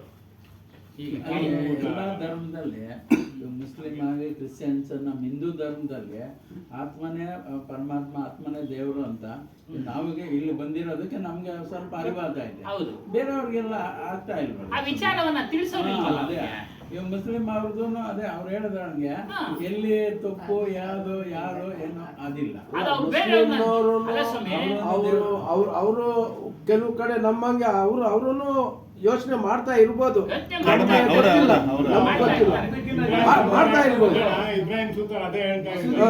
ಇಬ್ರಾಹಿಂ ಸುಲ್ತಾನ್ ಅದೇ ಹೇಳ್ತಾ ಇದ್ರು. ಮೊನ್ನೆ ಒಬ್ಬ ಮಸೀದಿಗೆ ಹೋಗೋದು ಮಸೀದಿಗೆ ಹೋಗೋದು ಸರಿ ಅಲ್ಲ, ಅಲ್ಲ ಅಲ್ಲ ಚಿಂತನೆ ಮಾಡೋದು. ಚಿಂತನೆ ಅವ್ರಿಗೆ ಗೊತ್ತಿಲ್ಲ ಬಿಟ್ಬಿಟ್ಟು ಹಿಂದೂಗಳು ಎಲ್ಲ ಹಿಂದೂಗಳು ಅಂತ ಹೇಳಕ್ಕಾಗಲ್ಲ. ಆ ತರ ನಮ್ಮೂರು ದೇವಸ್ಥಾನಕ್ಕೆ ಹೋದಾರ ಅದೆಲ್ಲ ಇಲ್ಲಿ ಯಾವ ಸತ್ಯ ಅಂತ ಅಂತ ಹೇಳ್ತಾ ಇರೋದು. ಅದು ಮೊನ್ನೆ ಒಬ್ರು ಸ್ಪೀಚ್ ಕೊಡ್ತಾ ಇದ್ರು ಉಡುಪಿ ಬ್ರಾಹ್ಮಣರು ಧರ್ಮದ ಬಗ್ಗೆ. ಧರ್ಮ ಅಂದ್ರೆ ಏನು ಅದ್ರ ಬಗ್ಗೆ ಕೊಡ್ತಾ ಇದ್ರು. ಧರ್ಮ ಅಂದ್ರೆ ಏನು? ತಾನು ಆಚರಣೆಯಲ್ಲಿರ್ತಕ್ಕಂಥ ವ್ಯವಸ್ಥೆಗಳಿಂದ ತನಗೂ ಸಹ ತೊಂದರೆ ಆಗ್ಬಾರ್ದು, ಇನ್ನೊಬ್ರಿಗೂ ತೊಂದರೆ ಆಗ್ಬಾರ್ದು. ಇನ್ನೊಬ್ರು ಸ್ವತಂತ್ರ ಅಂತಹ ನಡವಳಿಕೆನೇ ಧರ್ಮ. ಇನ್ನೊಬ್ರು ಸ್ವತಂತ್ರಕ್ಕೆ ಅಡ್ಡಿ ಬರಬಾರ್ದು. ಬರಬಾರ್ದು. ಅದನ್ನೇ ಹೇಳ್ತಾ ಇದ್ದೀನಿ. ತಾನು ಮಾಡತಕ್ಕಂಥ ಆಚರಣೆಯಿಂದ ತನಗೂ ತೊಂದರೆ ಆಗ್ಬಾರ್ದು, ಇನ್ನೊಬ್ರಿಗೂ ತೊಂದರೆ ಆಗ್ಬಾರ್ದು. ಅದು ಧರ್ಮ ಅಂತ. ಹಂಗೆ ಅಂತಹ ನಡವಳಿಕೆನೇ ಧರ್ಮ ಅಂತ. ಅವರಲ್ಲಿ ಬ್ಯಾಲೆನ್ಸ್ ನಲ್ಲಿ ಹೇಳ್ಬೇಕು ಅವರೆಲ್ಲ, ಇಲ್ಲ ಅಂದ್ರೆ ಅವ್ರನ್ನ ಹೊರಗಾಕ್ತಾರೆ. ಆದ್ರೆ ನಮ್ಮಲ್ಲಿ ಇಲ್ಲ, ನಮ್ಮಲ್ಲಿ ಬೇರೆ ಬೇರೆ ಸಂಪ್ರದಾಯಗಳು ಇದ್ದಾವೆ. ಹಾಗಾಗಿ ಸುಮ್ಮನೆ ಇದ್ಬಿಡ್ತಾರೆ, ಮೌನ ಅಷ್ಟೇ. ಅವರಲ್ಲಿ ಒಗ್ಗಟ್ಟಿದೆ, ಅದನ್ನ ಅವ್ರನ್ನ ಇದು ಮಾಡಿಬಿಡ್ತಾರೆ. ಹಾಗಾಗಿ ಅವ್ರು ಬ್ಯಾಲೆನ್ಸ್ ಮೇಲೆ ಇರ್ತಾರೆ. ಇಬ್ರಾಹಿಂ ಸುಲ್ತಾನ್ ಅವರು ಆತ್ಮಜ್ಞಾನ ಹೇಳೋರು, ಆತ್ಮಜ್ಞಾನ ಹೇಳೋರು. ಆದ್ರೆ ಅವ್ರು ಬಿಟ್ಕೊಳ್ಳಿಲ್ವಲ್ಲ, ಹೇಳಿಲ್ಲ, ಬಿಟ್ಕೊಳ್ಳಿಲ್ಲ ಅಲ್ವಾ ಸ್ವಾಮಿ? ಹಾಗೆ ಅದೇ ರೀತಿಯಾಗಿ ನಮ್ಮ ವಿಚಾರಕ್ಕೆ ಮುಖಾಂತರಕ್ಕೆ ಹೋಗಲ್ಲ ಅವ್ರು, ಮಾನವೀಯತೆಗೆ ಬಂದ್ಬಿಡ್ತಾರೆ. ಧರ್ಮ ನಮ್ ಕಮ್ಮಿ ಅಂತ ಹೇಳಕ್ ಹೋಗಲ್ಲ. ಮಾನವೀಯತೆ ಯಾರು ಕಡಿಮೆ ಅಂತಾನೆ ಹೇಳಲ್ಲ ಅವರು. ಹಿಂಗ್ ಮಾಡಿ ಅಂತ ಹೇಳ್ಕೊಂಡ್ ಬರ್ತಾರೆ ಹೊರತು ಜಾಸ್ತಿ. ಮನುಷ್ಯನೇ ಮಾಡಿರೋದು ಧರ್ಮನ ಅಂತ. ಹೌದು, ಮಾನವೀಯತೆ ಬಂದ್ಬಿಟ್ಮೇಲೆ ಯಾವ ಧರ್ಮ? ನೋಡಿ, ಅದಕ್ಕೆ ಬಿಲ್ ಗೇಟ್ಸು ಲಕ್ಷ್ಮೀನ ಪೂಜೆ ಮಾಡಲಿಲ್ಲ. ಬಿಲ್ ಗೇಟ್ಸು ಲಕ್ಷ್ಮೀನ ಪೂಜೆ ಮಾಡಲಿಲ್ಲ, ಜಗತ್ತಿನ ದೊಡ್ಡ ಶ್ರೀಮಂತ. ಐನ್ಸ್ಟೈನು ಸರಸ್ವತಿನ ಪೂಜೆ ಮಾಡಿಲ್ಲ, ಜಗತ್ತಿನ ಅತಿ ಬುದ್ಧಿವಂತ. ಇಲ್ಲಿ ಅವರ ಪ್ರಸಿದ್ಧಿ ಹೊಂದೋದಕ್ಕೆ ಕಾರಣ ಪೂಜೆ ಅಲ್ಲ, ಅವರ ಪರಿಶ್ರಮ ಅಂತಕ್ಕಂಥದ್ದು ಬಹಳ ಮುಖ್ಯ. ಅದನ್ನ ನಾವು ಕಬೀರ ಆಶ್ರಮದಲ್ಲಿ ಕಲಿತಾ ಇದ್ದೀವಿ. ಇದು ಸಮಾಜ ಒಪ್ಪುವಂಥದ್ದೇ ಇವತ್ತಿನ ಪರಿಸ್ಥಿತಿಯಲ್ಲಿ. ಈ ರೀತಿಯಾಗಿ ಶ್ರದ್ಧೆ ಶ್ರಮ ಈ ರೀತಿಯಾಗಿ ಇವುಗಳನ್ನೆಲ್ಲ ಸತ್ಯ ಅಂತ ಒಪ್ಕೊಂಡಿದ್ದಾರೆ ಮನುಷ್ಯ. ಪ್ರಾಣಿ ಪದಾರ್ಥಗಳೇ ಸತ್ಯ, ಈ ಶಾಸ್ತ್ರ ಪುರಾಣಗಳಲ್ಲಿ ತಿಳಿಸಿರತಕ್ಕಂಥದ್ದೇ ಸತ್ಯ. ವೈಕುಂಠ, ಕೈಲಾಸ, ಮತ್ತೊಂದು ಇವೆಲ್ಲ ಸತ್ಯ ಅನ್ಕೊಂಡ್ಬಿಟ್ಟಿದ್ದಾರೆ. ಅದನ್ನು ಪರಿಶೀಲನೆ ಮಾಡಲಿಲ್ಲ, ಪರೀಕ್ಷೆ ಮಾಡಲಿಲ್ಲ. ಪರೀಕ್ಷೆ ಅಂದ್ರೆ ಅಲ್ಲಿ ಹೋಗಿ ಬರೋದಲ್ಲ, ವಾಪಸ್ಸು ಚಿಂತನೆ ಮೂಲಕ ಚಿಂತನೆ ಮಾಡಬೇಕು. ಸಾಧ್ಯನಾ ಇದು ಇದೆಯಾ? ಎಲ್ಲ ವಿವೇಕ ಶೂನ್ಯರು ಆಗ್ಬಿಟ್ಟಿದ್ದಾರೆ. ಇನ್ನೆಲ್ಲಿ ಬರ್ತದೆ? ಒಳ್ಳೆ ಪಾಯಿಂಟ್ ಹೇಳ್ಬಿಟ್ಟು.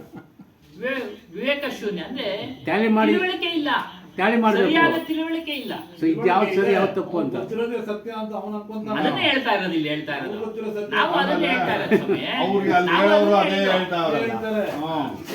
ತಿಳುವಳಿಕೆ ನಾವು ಅದನ್ನೇ ಹೇಳ್ತಾ ಮಾನದಂಡ ಇರೋದು. ಗೊತ್ತಿಲ್ಲ, ತಿಳುವಳಿಕೆ ಮಾನದಂಡ ಗೊತ್ತಿಲ್ಲ, ಮನುಷ್ಯನ ಮ್ಯಾನ್ಯುವಲ್ ಗೊತ್ತಿಲ್ಲ, ಮ್ಯಾನ್ಯುವಲ್ ಬುಕ್ ಇಲ್ಲ. ನಾವು ಅದನ್ನೇ ಐತೆ ಓದಿಲ್ಲ ಯಾರು. ಅದನ್ನೇ ಹೇಳ್ತಾ ಇರೋದು. ಅವುಗಳನ್ನೆಲ್ಲ ಸತ್ಯ ಅನ್ಕೊಂಡ್ಬಿಟ್ಟಿದ್ದಾನೆ. ಓದ್ ಸರ್, ಮ್ಯಾನ್ಯಲ್ ಯಾವಾಗ ಓದೋದು? ಮೆಷಿನ್ ಕೆಟ್ಟೋದ ಮ್ಯಾನ್ಯಲ್ ಓದೋಕೆ ಶುರು ಮಾಡೋದು, ಫಸ್ಟ್ ಓದಲ್ಲ. ಕೊಡ್ತಾರಲ್ಲ ಹ್ಞೂ ಸರ್, ಪೂರ್ತಿ ಎಲ್ಲ ಖರಾಬ್ ಆದ್ಮೇಲೆ ಮ್ಯಾನ್ಯಲ್ ಏನು ರಿಪೇರಿ ಆಗೈತಿರೋ ಯಾಕೆ ಹಿಂಗೆ ರಿಪೇರಿ ಆಗ್ತಿದ್ದು, ಎಷ್ಟು ವರ್ಷ ಗ್ಯಾರಂಟಿ ಐತಿ ಅಂತ ಅವಾಗ ತೆಗಿಯೋದು ಮ್ಯಾನ್ಯಲ್. ಇದೆಲ್ಲ ಹೋಗ್ಬೇಕಂದ್ರೆ ಇವಾಗ ಆತ್ಮನೇ ದೇವರು ಅಂತ ನಮಗೆಲ್ಲ ಓಕೆ, ಇದೆಲ್ಲ ಇದು ಒಂದು ಪಕ್ಕಕ್ಕೆ ಇಡೋಣ. ಆದರೆ ಇವತ್ತು ಸಮಾಜದಲ್ಲಿ ನೀನು ವಿಷ್ಣು ಪೂಜೆ ಮಾಡಲಿಲ್ಲ, ಸರಸ್ವತಿ ಪೂಜೆ ಮಾಡಲಿಲ್ಲ, ಲಕ್ಷ್ಮೀ ಪೂಜೆ ಮಾಡಿಲ್ಲ, ಅದಕ್ಕೆ ನಿನ್ ದರಿದ್ರ ಬಂದಿರೋದು, ನೀನು ಈ ಸ್ಥಿತಿಯಾಗಿ ಅಂತ. ಧರ್ಮ ಸಿದ್ಧಾಂತ ತಿಳಿದ್ಮೇಲೆ ಅದನ್ನೆಲ್ಲ ಅದಕ್ಕೆ ಇವ್ರು ಹೇಳಿದ್ದು ಬಿಲ್ ಗೇಟ್ಸ್ ಉದಾಹರಣೆ ಕೊಡ್ಬೇಕು. ನೀವು ಬಿಲ್ ಗೇಟ್ಸ್ ಉದಾಹರಣೆ ಕೊಡ್ಬೇಕು. ಇವ್ರಿಗೆ ಗೊತ್ತಾಯ್ತು, ನಾವೇ ನಮ್ಮ ಪರಿಸರ, ನಮ್ಮ ಸುತ್ತಮುತ್ತ, ನಮ್ಮ ಮನೆಯವ್ರಿಗೆಲ್ಲ ಇದಿರ್ಬೇಕಾಯ್ತು. ಅದು ಯಾವಾಗ ಗೊತ್ತಾಗುತ್ತೆ? ಎಲ್ರಿಗೂ ನೀವು ಸಮಾಜದಿಂದ ಭಿನ್ನವಾಗಿದ್ದೀರಿ ಅಂತಂದ್ರೆ, ನೀವೆಲ್ಲ ತಿಳ್ಕೊಂಡಿದ್ದೀರಿ ಅಂದ್ರೆ ಈಗ ಮತ್ತೆ ಅವ್ರ ಜೊತೆ ಯಾಕೆ ಸೇರ್ಕೊತೀರಿ? ಅಲ್ಲ, ನೀವು ಇವಾಗ ಅಮೆರಿಕಾದವ್ರೆಲ್ಲರಿಗೂ ಗೊತ್ತು ತಾನೆ, ಅಮೆರಿಕಾದಲ್ಲಿ ಇರೋರೆಲ್ಲ ನಮ್ಮವ್ರಿಗೆ ಹಿರಿಯಣ್ಣ ಅವರೆಲ್ಲ ಏನ್ ಮಾಡ್ತಾವ್ರೆ ಅಂತ ಕೇಳ್ಬೇಕು ನೀವು. ಓದೋ ಅಭ್ಯಾಸ ಇರ್ಬೇಕು ಸ್ವಾಮಿ, ಸ್ವಾಧ್ಯಾಯ ಇರ್ಬೇಕು, ಓದೋ ಅಭ್ಯಾಸ ಇರ್ಬೇಕು, ಅಥವಾ ಕೇಳೋ ಅಭ್ಯಾಸ ಇರ್ಬೇಕು. ಈ ವಿಚಾರಗಳನ್ನ ತಿಳಿಸೋ ಕಡೆ ಕೇಳೋ ಅಭ್ಯಾಸ ಇರ್ಬೇಕು. ಓದೋದಕ್ಕಿಂತ ಕೇಳೋ ಇಂಥರ ಕಡೆ ಕೇಳಿ ಚರ್ಚೆಗೆ ಬಂದು ಸ್ವಲ್ಪ ತಿಳ್ಕೊಂಡ್ರೆ ಅವಾಗ ಸ್ವಲ್ಪ ಕರ್ಮ ಸಿದ್ಧಾಂತ ಏನ್ ಹೇಳುತ್ತೆ ಅನ್ನೋದನ್ನ ಅವಾಗ ಗೊತ್ತಾಗುತ್ತೆ. ಇರಪ್ಪ, ಇದೆಲ್ಲ ನಮ್ಮ ಪ್ರಾರಬ್ಧ ಕರ್ಮಕ್ಕೆ ಅನುಗುಣವಾಗಿ ನಮ್ಗೆ ಸಿಗುತ್ತೆ. ಬಾರದು ಬಪ್ಪದು, ಬಪ್ಪದು ತಪ್ಪದು. ನೋಡಿ, ಆ ವಿಚಾರ ಅದನ್ನ ನುಡಿ ಆದ್ರೂ ಓದ್ಬೋದಲ್ಲ, ಅದನ್ನ ಚಿಂತನೆ ಮಾಡ್ಬೋದಲ್ಲ. ಅವಾಗೆಲ್ಲ ಹರಿಕಥೆಗಳೆಲ್ಲ ಒಳ್ಳೊಳ್ಳೆ ಉದಾಹರಣೆಗಳು. ಚಿಂತನೆ ಮಾಡೋ ವ್ಯವಧಾನನೇ ಇಲ್ಲ, ಸಮಯನೇ ಇಲ್ಲ ಮನುಷ್ಯನಿಗೆ. ನೀವು ಹರಕತೆ ಮಾಡಿದ್ರೆ ಇವತ್ತು ಕುತ್ಕೊಂಡು ಕೇಳೋರೇ ಇಲ್ವಲ್ಲ. ಆರ್ಕೆಸ್ಟ್ರಾ ಅಂದ್ರೆ ಅದಕ್ಕೂ ಇಲ್ಲ ಬಿಡಿ ಎಲ್ಲ. ಡಿಜೆ ಸಮಾಜ ವ್ಯವಸ್ಥೆ ಅಲ್ಲ ಎಲ್ಲ ಮನೋರಂಜನೆಗಳು ಸಮಾಜನೂ ಅಷ್ಟೇ, ಸಮಾಜದಿಂದ ಉಂಟಾಗಿರೋ ವ್ಯವಸ್ಥೆ ಮನುಷ್ಯ ಮಾಡಿರೋದು ಇದೆಲ್ಲ. ಮನುಷ್ಯ ಮಗನ್ಗೆ ಸಂಸ್ಕಾರ ಕಲ್ಸಲ್ಲ, ಅವನು ಮಾತಾಡ್ಸಲ್ಲ. ಅದೇ ಸರ್, ಈಗ ನೀವು ಹೇಳಿದ್ದೆ ಮೂಲ. ಮಕ್ಕಳಿಗೆ ಸಂಸ್ಕಾರ ಕೊಡದೇ ಇರೋದೇ ಮೂಲ. ಮಗಂತ ಮಾತಾಡಲ್ಲ ಇವನು. ಅಲ್ಲ ಸ್ವಾಮಿ, ಊಟ ಕರೆ ಅಲ್ಲ, ಮಗ ಒಳಗಡೆ ರೂಮ್ ಸೇರ್ಕೊಂಡಿರ್ತಾನೆ, ಇವರು ಹೋಗಿ ಅಪ್ಪ ಅಮ್ಮ ಹೋಗಿ ಬಾಗಿಲನ್ನು ತೆರೆಯೋ ಕೃಷ್ಣ ಅನ್ಬೇಕು. ಅವನು ಪಿಜ್ಜಾ ಬರ್ಗರ್ ತರ್ಸ್ಕೊಂಡು ತಿಂತೀನಿ, ನೀನು ಹೋಗಮ್ಮ, ನೀನು ಊಟ ಮಾತಾಡಲ್ಲ, ಮೊಬೈಲ್ ಮೆಸೇಜ್ ಆಗ್ತಾನೆ. ಒಂದೇ ಮನೆಗೆ ಇರ್ತಾರೆ, ಇಲ್ಲೇ ರೂಮಲ್ಲೇ ಇರ್ತಾರೆ. ಇವರು ಬಾಗಿಲು ತೆಗೆದು ಕೊಡೋ ಅರಿಗಳು ಸೇವೆ ಕೊಡುವಂತ ಕೈ ಮುಗಿಬೇಕು. ಕಾರಣ ಇವನೇ ತಾನೆ. ಹೌದು ಹೌದು. ನಾನ್ ಬುದ್ಧಿವಂತ, ನಿನ್ ಮಾತ್ರ ಬುದ್ಧಿವಂತ, ನಾವು ಅನ್ಕೊಳ್ಳಿದ್ರು ಡಿಸ್ಕ್ರೈಬ್ ಮಾಡೋದೇ ಅಪ್ಪ ಅಮ್ಮ ಮಕ್ಕಳಿಗೆ. ವಿಷಯಾಸಕ್ತಿಗಳು ಜಾಸ್ತಿ ಆಗೋದ್ರಿಂದ ಪ್ರಾಣಕ್ಕೆ ಸ್ವಲ್ಪ ಮನುಷ್ಯ ಪಬ್ಲಿಕ್ ವಸ್ತು ಸಮಾಜ ಮಾಡಬೇಕು ಅಂತ ಯಾರು ಸಮಯ. ಒಂದು ನಿಮಿಷ, ನಮ್ಮ ಮನೆ ಹತ್ರ 4-5 ದಿವಸ ಇವ್ರಿಗೂ ಗೊತ್ತು, ದಯಣ್ಣ ಅವ್ರಿಗೂ ವೈಭವವಾಗಿ 4-5 ದಿವಸ ಇವತ್ತು ಅದೇ ಈಶ್ವರನ ದೇವಸ್ಥಾನದಾಗ ಎಲ್ಲ ಪೂಜಾ ಪುನಸ್ಕಾರಗಳು, ಗುರುಗಳು ನೋಡ್ಬೇಕಾಯ್ತು ಆ ವೈಭೋಗ ಅನ್ನೋತಕ್ಕಂಥದ್ದು. ಅದೇಂಗೆ ಸಮಯ ಅದನ್ನ ತಿಳಿದಿದ್ದಾರೆ, ಅದನ್ನ ಮಾಡ್ತಾ ಇದ್ದಾರೆ ಸ್ವಾಮಿ. ಅದೇ ಅಜ್ಞಾನ. ಜ್ಞಾನ ಯಾವಾಗಿಲ್ಲ, ಅದೇ ಮಾಡೋದಷ್ಟೇ. ಅದನ್ನೇ ತಿಳಿದಿದ್ದಾರೆ, ಅದೇ ಸತ್ಯ ಅಂತ ಒಪ್ಕೊಂಡಿದ್ದಾರೆ, ಅದನ್ನೇ ಮಾಡ್ತಾ ಇದ್ದಾರೆ, ಅದನ್ನೇ ಮಾಡ್ತಾರೆ ಅಷ್ಟೇ. ಅದ್ರಾಗೆ ಆನಂದ ತಗೋತಾರೆ. ಯಜ್ಞ ಯಾಗ ಹವನ ಹೋಮಗಳು ಮಾಡಿ ಎಲ್ಲ ಸಿದ್ಧಿಸ್ತದೆ ಅಂತ ಅನ್ನೋದಾಗಿದ್ದಿದ್ರೆ ಈ ಜಗತ್ತಿನಲ್ಲಿ, ಈ ದೇಶದಲ್ಲಿ ಇವೆಲ್ಲಾನು ಯಜ್ಞ ಹೋಮ ಹವನಗಳು ಶ್ರೀಮಂತರ ಸುತ್ತಾಗಿರ್ತಿತ್ತೆ ಹೊತ್ತು ಬಡವರು ಸುತ್ತಾಗ್ತಾರೆ. ಅದು ಇನ್ನೊಂದು ಅಲ್ಲ, ಯಜ್ಞ ಹೋಮ ಏನೂ ಇಲ್ಲ, ಪ್ರಕೃತಿ ಪೂಜೆ ಅಷ್ಟೇ. ಅದು ಪ್ರಕೃತಿಯನ್ನ ನಾವು ಪೂಜೆ ಮಾಡ್ಲೇಬೇಕು. ಈ ಶರೀರನೇ ಪ್ರಕೃತಿ ಭಾಗ ಪೀಸು. ಜ್ಞಾನಿ ಆದವನ್ಗೆ ಪ್ರಕೃತಿ ಪೂಜೆ ಅವಶ್ಯಕತೆ ಇಲ್ಲ. ಜ್ಞಾನಿ ಆದ್ಮೇಲೆ ಆಗೋವರೆಗೂ ಮಾಡ್ಲೇಬೇಕು, ತಿಳಿಬೇಕಲ್ಲ. ಪ್ರಕೃತಿ ಪೂಜೆಯ ಅರ್ಥ ಏನು ಅನ್ನೋದನ್ನ ನಾವು ಅರ್ಥ ಮಾಡ್ಕೋಬೇಕು. ಜ್ಞಾನಿ ಆಗೋವರೆಗೂ ಪ್ರಕೃತಿನ ಕೆಡಿಸ್ದಂಗಿರೋದೇ ಪೂಜೆ ಅಷ್ಟೇ. ಮಾಡ್ತಾ ಹೋಗ್ತಾ ಇದ್ರೆ ಅದೇ ಕಂಟಿನ್ಯೂ ಬಿಡ್ಬೇಕು. ನೀವು ಜ್ಞಾನಿ ಆಗೋ ತನಕ ಮಾಡ್ತಾ ಇದೀವಿ ಅಂದ್ರೆ ಮಾಡ್ತಾನೆ ಇರ್ತೀವಿ, ಹಂಗೆ ಆಗ್ತಾ ಇರ್ತದೆ. ಜ್ಞಾನಿ ಆಗಿದ್ದೀನ ಇಲ್ಲ ಅನ್ನೋದಕ್ಕೆ ಮಾನದಂಡ ಇಲ್ಲಿ ಕೇಳಿ, ಸತ್ಸಂಗದಲ್ಲಿ ಮಾನದಂಡ ಸಿಗುತ್ತೆ. ಬಿಟ್ರೆ ತಾನೇ ನಮ್ಗೆ ಸಮಯ ಇವರು ಭಸ್ಮನ ಪುಣ್ಯ ಮಾಡಿಸಿದ್ರು, ಯಾವ ಗಣಪತಿ ಪೂಜೆ ಏನು ಮಾಡಿಸ್ಲಿಲ್ಲ. ಬರೀ ಕಬೀರ್ ಸ್ವಾಮಿ ಫೋಟೋ ಇಕ್ಕಿದ್ರು, ಪೂಜೆ ಮಾಡಿದ್ರು ಅಷ್ಟೇ. ಬಂದವ್ರಿಗೆ ಪ್ರಸಾದ ಹಂಚಿದ್ರು, ಅಷ್ಟು ಬಿಟ್ರೆ ಬೇರೆ ಏನೂ ಇಲ್ಲ. ಏನಾಗಿದ್ದಾರೆ ಅವರು? ಆರಾಮಾಗ ಅವರು ಮೊದಲೇ ಸರ್ಕಾರ ನೀವ್ ಹೇಳೋ ವಿಚಾರಕ್ಕೆ ಜ್ಞಾನಿ ಆಗೋವರೆಗೂ ಮಾಡ್ಲೇಬೇಕು ಅನ್ನಲ್ಲ. ಮಾಡ್ತಾ ಇದ್ರೆ ಅದನ್ನೇ ಮಾಡ್ತಾ ಇದ್ರೆ, ಅದನ್ನ ಹೇಳಿದ ಅಭ್ಯಾಸ ಅವರು ಆಗ್ಲಿಂದ. ದ್ವಂದ್ವದಲ್ಲಿದ್ದೀವಿ ನಾವು. ದ್ವಂದ್ವನ ಬಗೆಹರಿಸ್ಕೊಳಕ್ ಬನ್ನಿ ನೀವು. ಅಲ್ಲ, ದ್ವಂದ್ವನ ನೀವು ಬಗೆಹರಿಸ್ಕೊಳಕ್ ಬನ್ನಿ ಸ್ವಾಮಿ. ದ್ವಂದ್ವದಾಗ ಇರ್ಲೇಬಾರ್ದು. ಅಲ್ಲ ಆ ಕಡೆ ಹೋಗ್ಬೇಕು, ಇಲ್ಲ ಈ ಕಡೆ ಹೋಗ್ಬೇಕು, ಯಾವ್ದು ಅಂತ ದ್ವಂದ್ವನ ಬಗೆಹರಿಸದೆ ಸತ್ಸಂಗ. ಅದಕ್ಕೆ ಬರ್ಬೇಕಲ್ಲ ನೀವು. ಅದನ್ನೇ ಸತ್ಯ ಅಂತ ಆಗ್ಲಿಂದ ಹೇಳ್ತಾ ಇದ್ದೀನಿ. ಅದನ್ನೇ ಸತ್ಯ ಅಂತ ಒಪ್ಕೊಂಡು ಆ ಯಜ್ಞಾನದಲ್ಲೇ ಇರೋರಿಗೆ ನಾವೇನ್ ಮಾಡ್ಬೇಕಂದ್ರೆ ಇಲ್ಲಿ ಒಂದೊಂದೇ ಅಳವಡಿಸ್ಕೊಂಡು ಹೋಗೋದು.